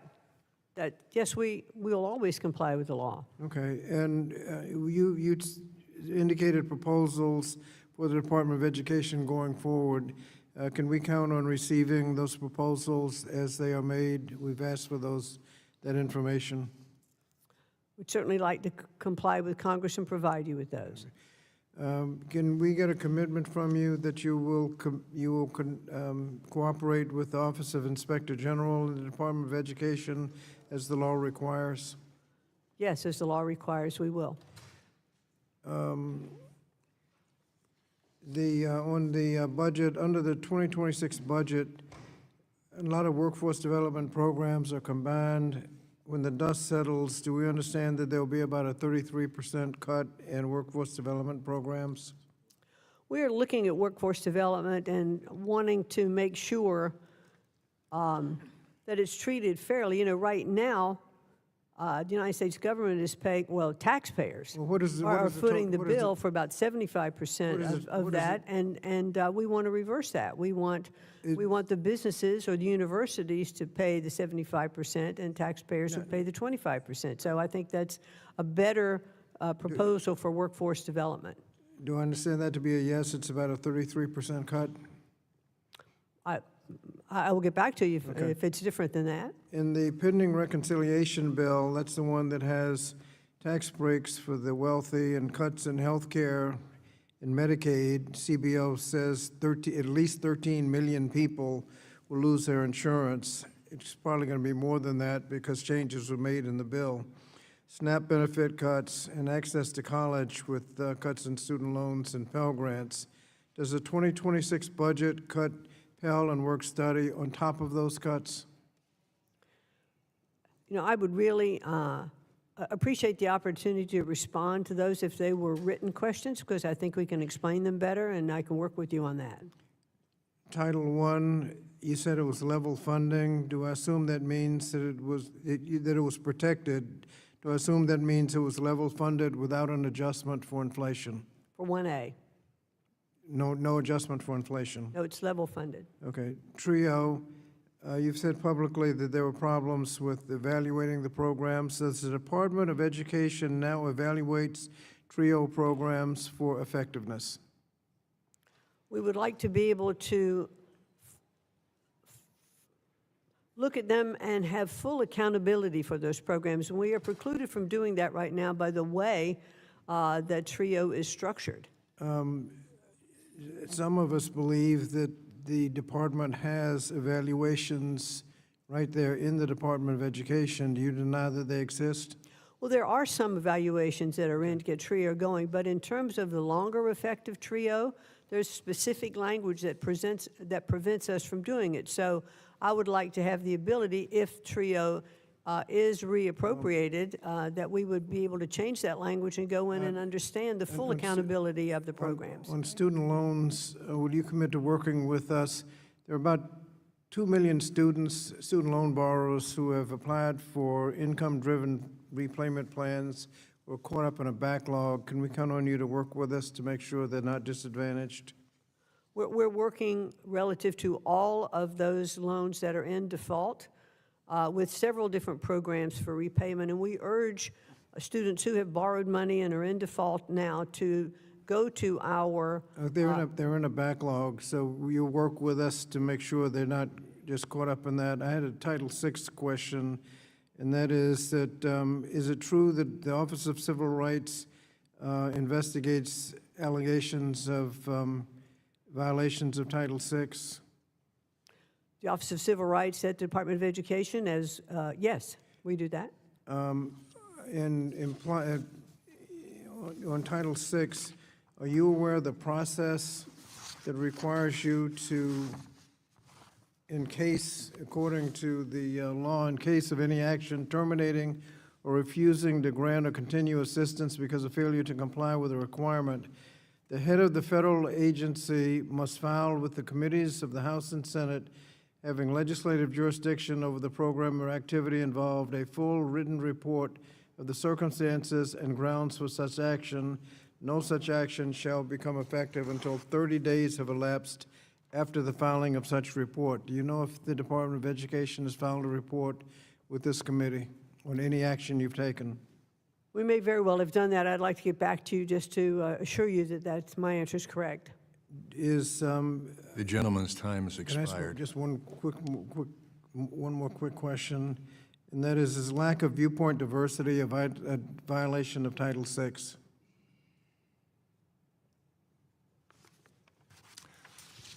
The gentleman's time has expired, and I'll ask the secretary to respond later.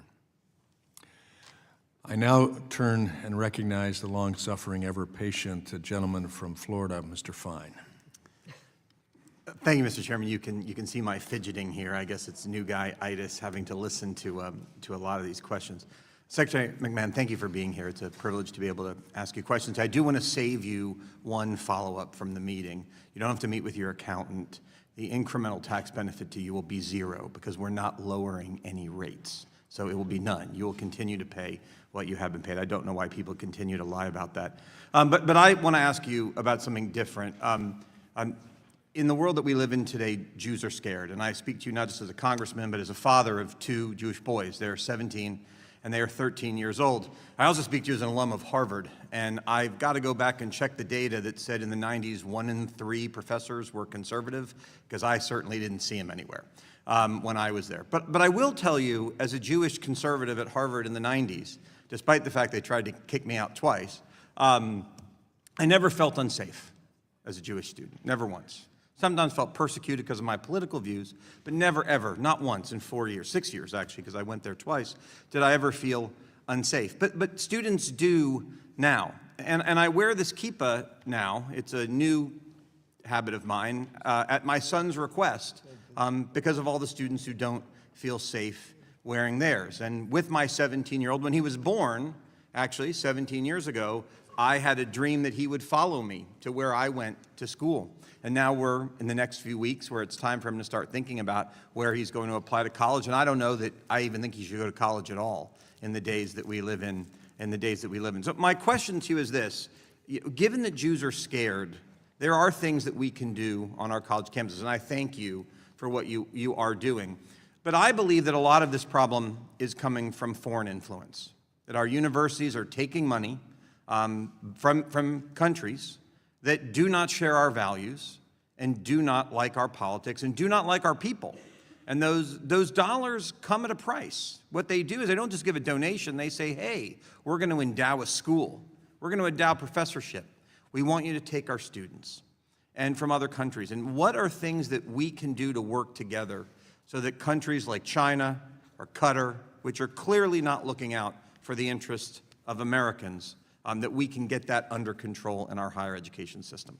Well, thank you for that. And I'm glad that you felt safe, because there are clearly so many students now who do not feel safe. And I have talked to them, and they've told me no child going to college or any school today should feel unsafe in the environment of their education. So I regret that. But what we are actually doing is we've reaffirmed the Section 117 compliance from universities, that they must tell us. They're already required to report this, and they're not. So we're requiring them to report donors, amounts, because we want to make sure there's not foreign influence, with that. The Deterrent Act is for a purpose. Well, That's really what we are supporting. Well, I'd like to work with you, because even if you look at places like Columbia, it's generally not the physics department where we see the problems. It's not generally in what I'll call real degrees. It's in this creation of what I'll call pre-Starbucks employment degrees, like gender studies and these other silly things where you can't actually get a job, which are really nothing more than factories to create people to go and protest, where we have these things. And so I'd like to work with you on that. And I also want to ask you this. We subsidize these degrees. The idea that these schools walk around and say they're private really is false, because they couldn't operate without the beneficiary of the United States government. So does it make sense perhaps for us to look at the ideas of saying, if you want to get a student loan to go to the college in the United States, you've got to go get a degree in something where you actually might be able to do something useful when you're done with it? Well, I think that's one of the things when I was discussing before, that I would like to see colleges and universities have more skin in the game. Because if they have more skin in the game, I think that they're going to make sure that the subjects and the degrees that they are offering are going to provide diplomas and pathways to employment in which those students are going to be able to repay their loans, because if they're on the hook for part of that money, they're not going to want to have to pay it if that student is not successful. Well, I just want to close by thanking you and President Trump for what you're doing, because you are fighting a fight. One of the backlogs that I didn't hear the Democrats ask about are all the investigations of anti-Semitism on college campuses, which conveniently weren't worked on when he was president. And thank you for dealing with that backlog. But know that I'm prepared to work with you and the president on any of these issues whenever you need it. And thank you for being here today. I yield Thank you, back. Congressman. I thank the gentleman, and I recognize the gentleman from Indiana for the last word in questioning, Mr. Messmer. Okay, thank you, Mr. Chairman, and thank you, Secretary, for being here. Secretary McMahon, we've heard all kinds of scaremongering from the left that you're ignoring Congress or blatantly violating the law, particularly when it comes to fraud, waste, and abuse that you've eliminated in the department. I think that's simply ridiculous. Can you reaffirm once again that your department is following the law and will continue to execute all laws passed by Congress? Yes, sir, we will. Thank you. Also, how will the department balance the needs of localities to remain flexible in their CTE delivery to respond to local workforce needs while also ensuring programs are not hijacked with woke ideology by unelected bureaucrats? Well, we are continuing the funding for CTE, and that's, I couldn't be more strongly supportive of our career technical education programs. And I want to see them started earlier in schools, middle schools, high schools, community colleges. I think there are many pathways to opportunities for success, for employment. And I think that we have to make sure that we are continuing to focus on developing those. Whether it's public-private partnerships, there are, I know, a lot of companies that work with community colleges to put funds into those community colleges to help develop curriculum. For instance, I know in West Virginia, there is a program that Toyota has come in. They actually have built a Toyota Center at one of the community colleges, and the students who are there train in the plant, and they take part of the courses at the Toyota Center, and it's a workforce built in. In my district as well. And so those are the kinds of things that we want to see continuing to happen. Thank you. And we need to maintain local flexibility because the workforce needs across the country are very diverse. So thank you. Yes, they that. are. Yes, thank you. Also, the state of Indiana has been a leader in school choice programs, leading the charge in voucher initiatives and creating a comprehensive educational agenda for K through 12 education that will ensure families have the best access to educational opportunities and choices. What other steps is the department planning for returning school policy decisions back to the state and local level to help ensure states like Indiana better achieve their pro-family, pro-student education policy goals? Well, we want to make sure that, that we're offering the opportunity, I think, for freedom, for choice, for freedom of choice in the schools. So by increasing the charter school budget, that one of the things that the president would like to see opportunities for more charter schools to get started. And often charter schools, and I haven't talked about this today, they're often started in low economic areas to provide education for those students that are kind of being left behind and aren't performing at levels that other students are. And so when we have this choice and competitive factors, in our states, we are seeing the levels across all schools. A rising tide, lifts all boats, and it does give opportunities when we have the choice that the president would like to see. Thank you. In Indiana, we've seen the highest utilization of charter schools in low-income minority areas and benefits those students the most, so thank you. Thank you, and I've visited, not in Indiana, but I have visited some of those charter schools in lower economic areas and seen the results, because it's often, those lower economic students are often so overlooked and said, well, there's no need to waste any money there, because that's where we need to spend money to make sure that they have equal opportunity as well. Thank you. I appreciate your support, and I yield back my time. I thank the gentleman, and I want to thank the committee for your attention to this hearing today.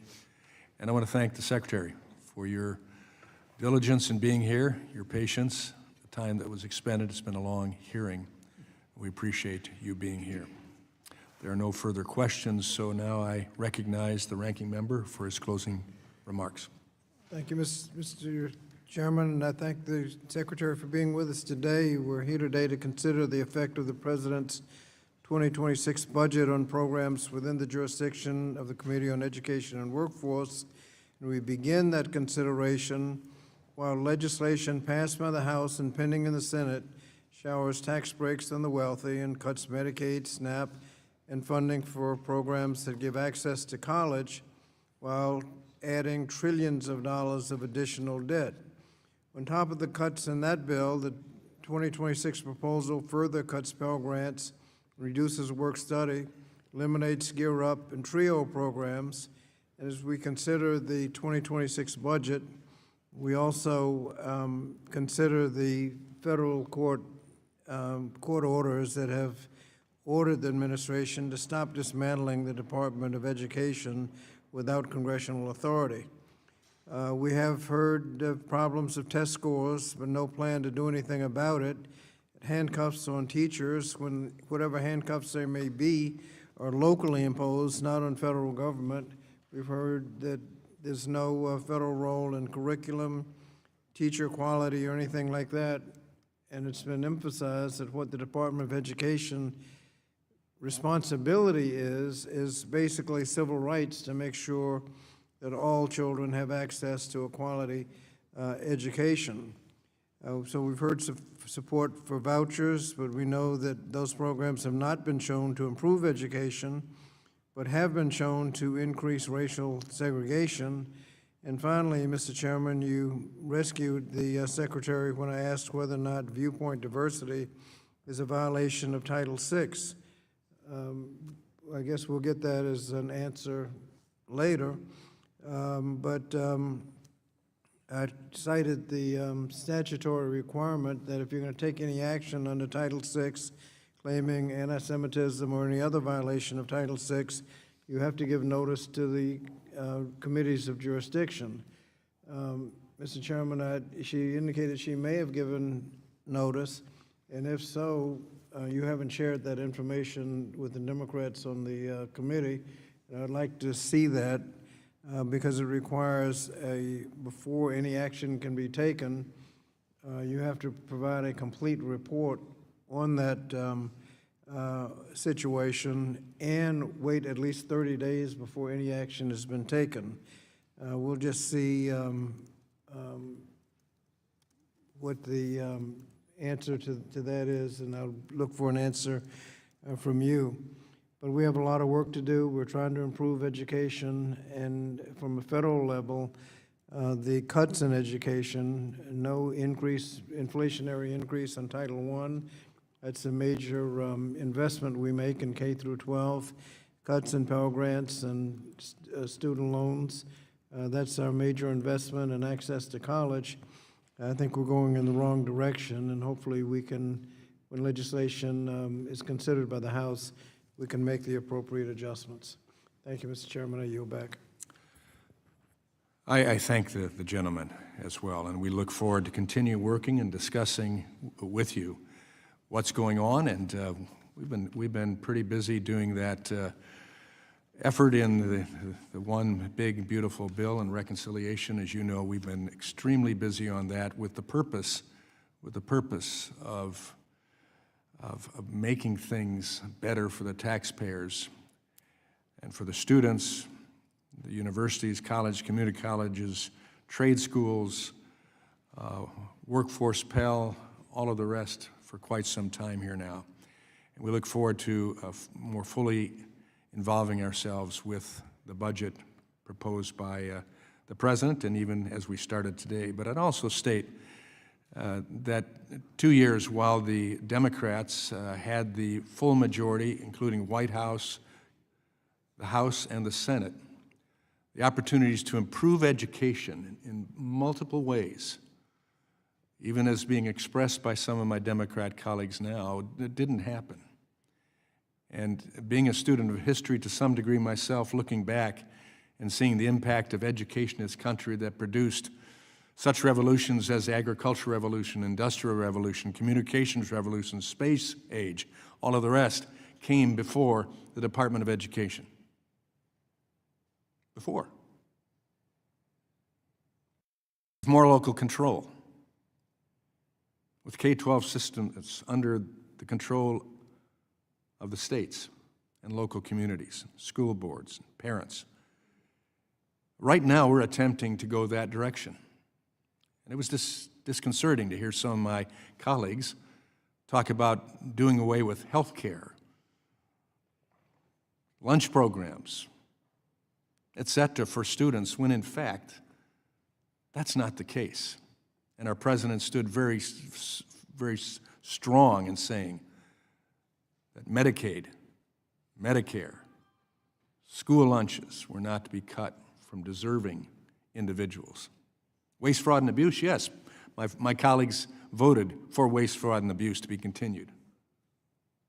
But today we're looking at what we can do to get to a place where the Department of Education is at its right spot. And our gentleman, a colleague from North Carolina, so eloquently pointed out that in our U.S. Constitution we don't have the responsibility for education except what we have taken outside of the Constitution. So it'll be hard constantly to experience the efforts of an administration committed to following the Constitution relative to states' rights and responsibilities for education.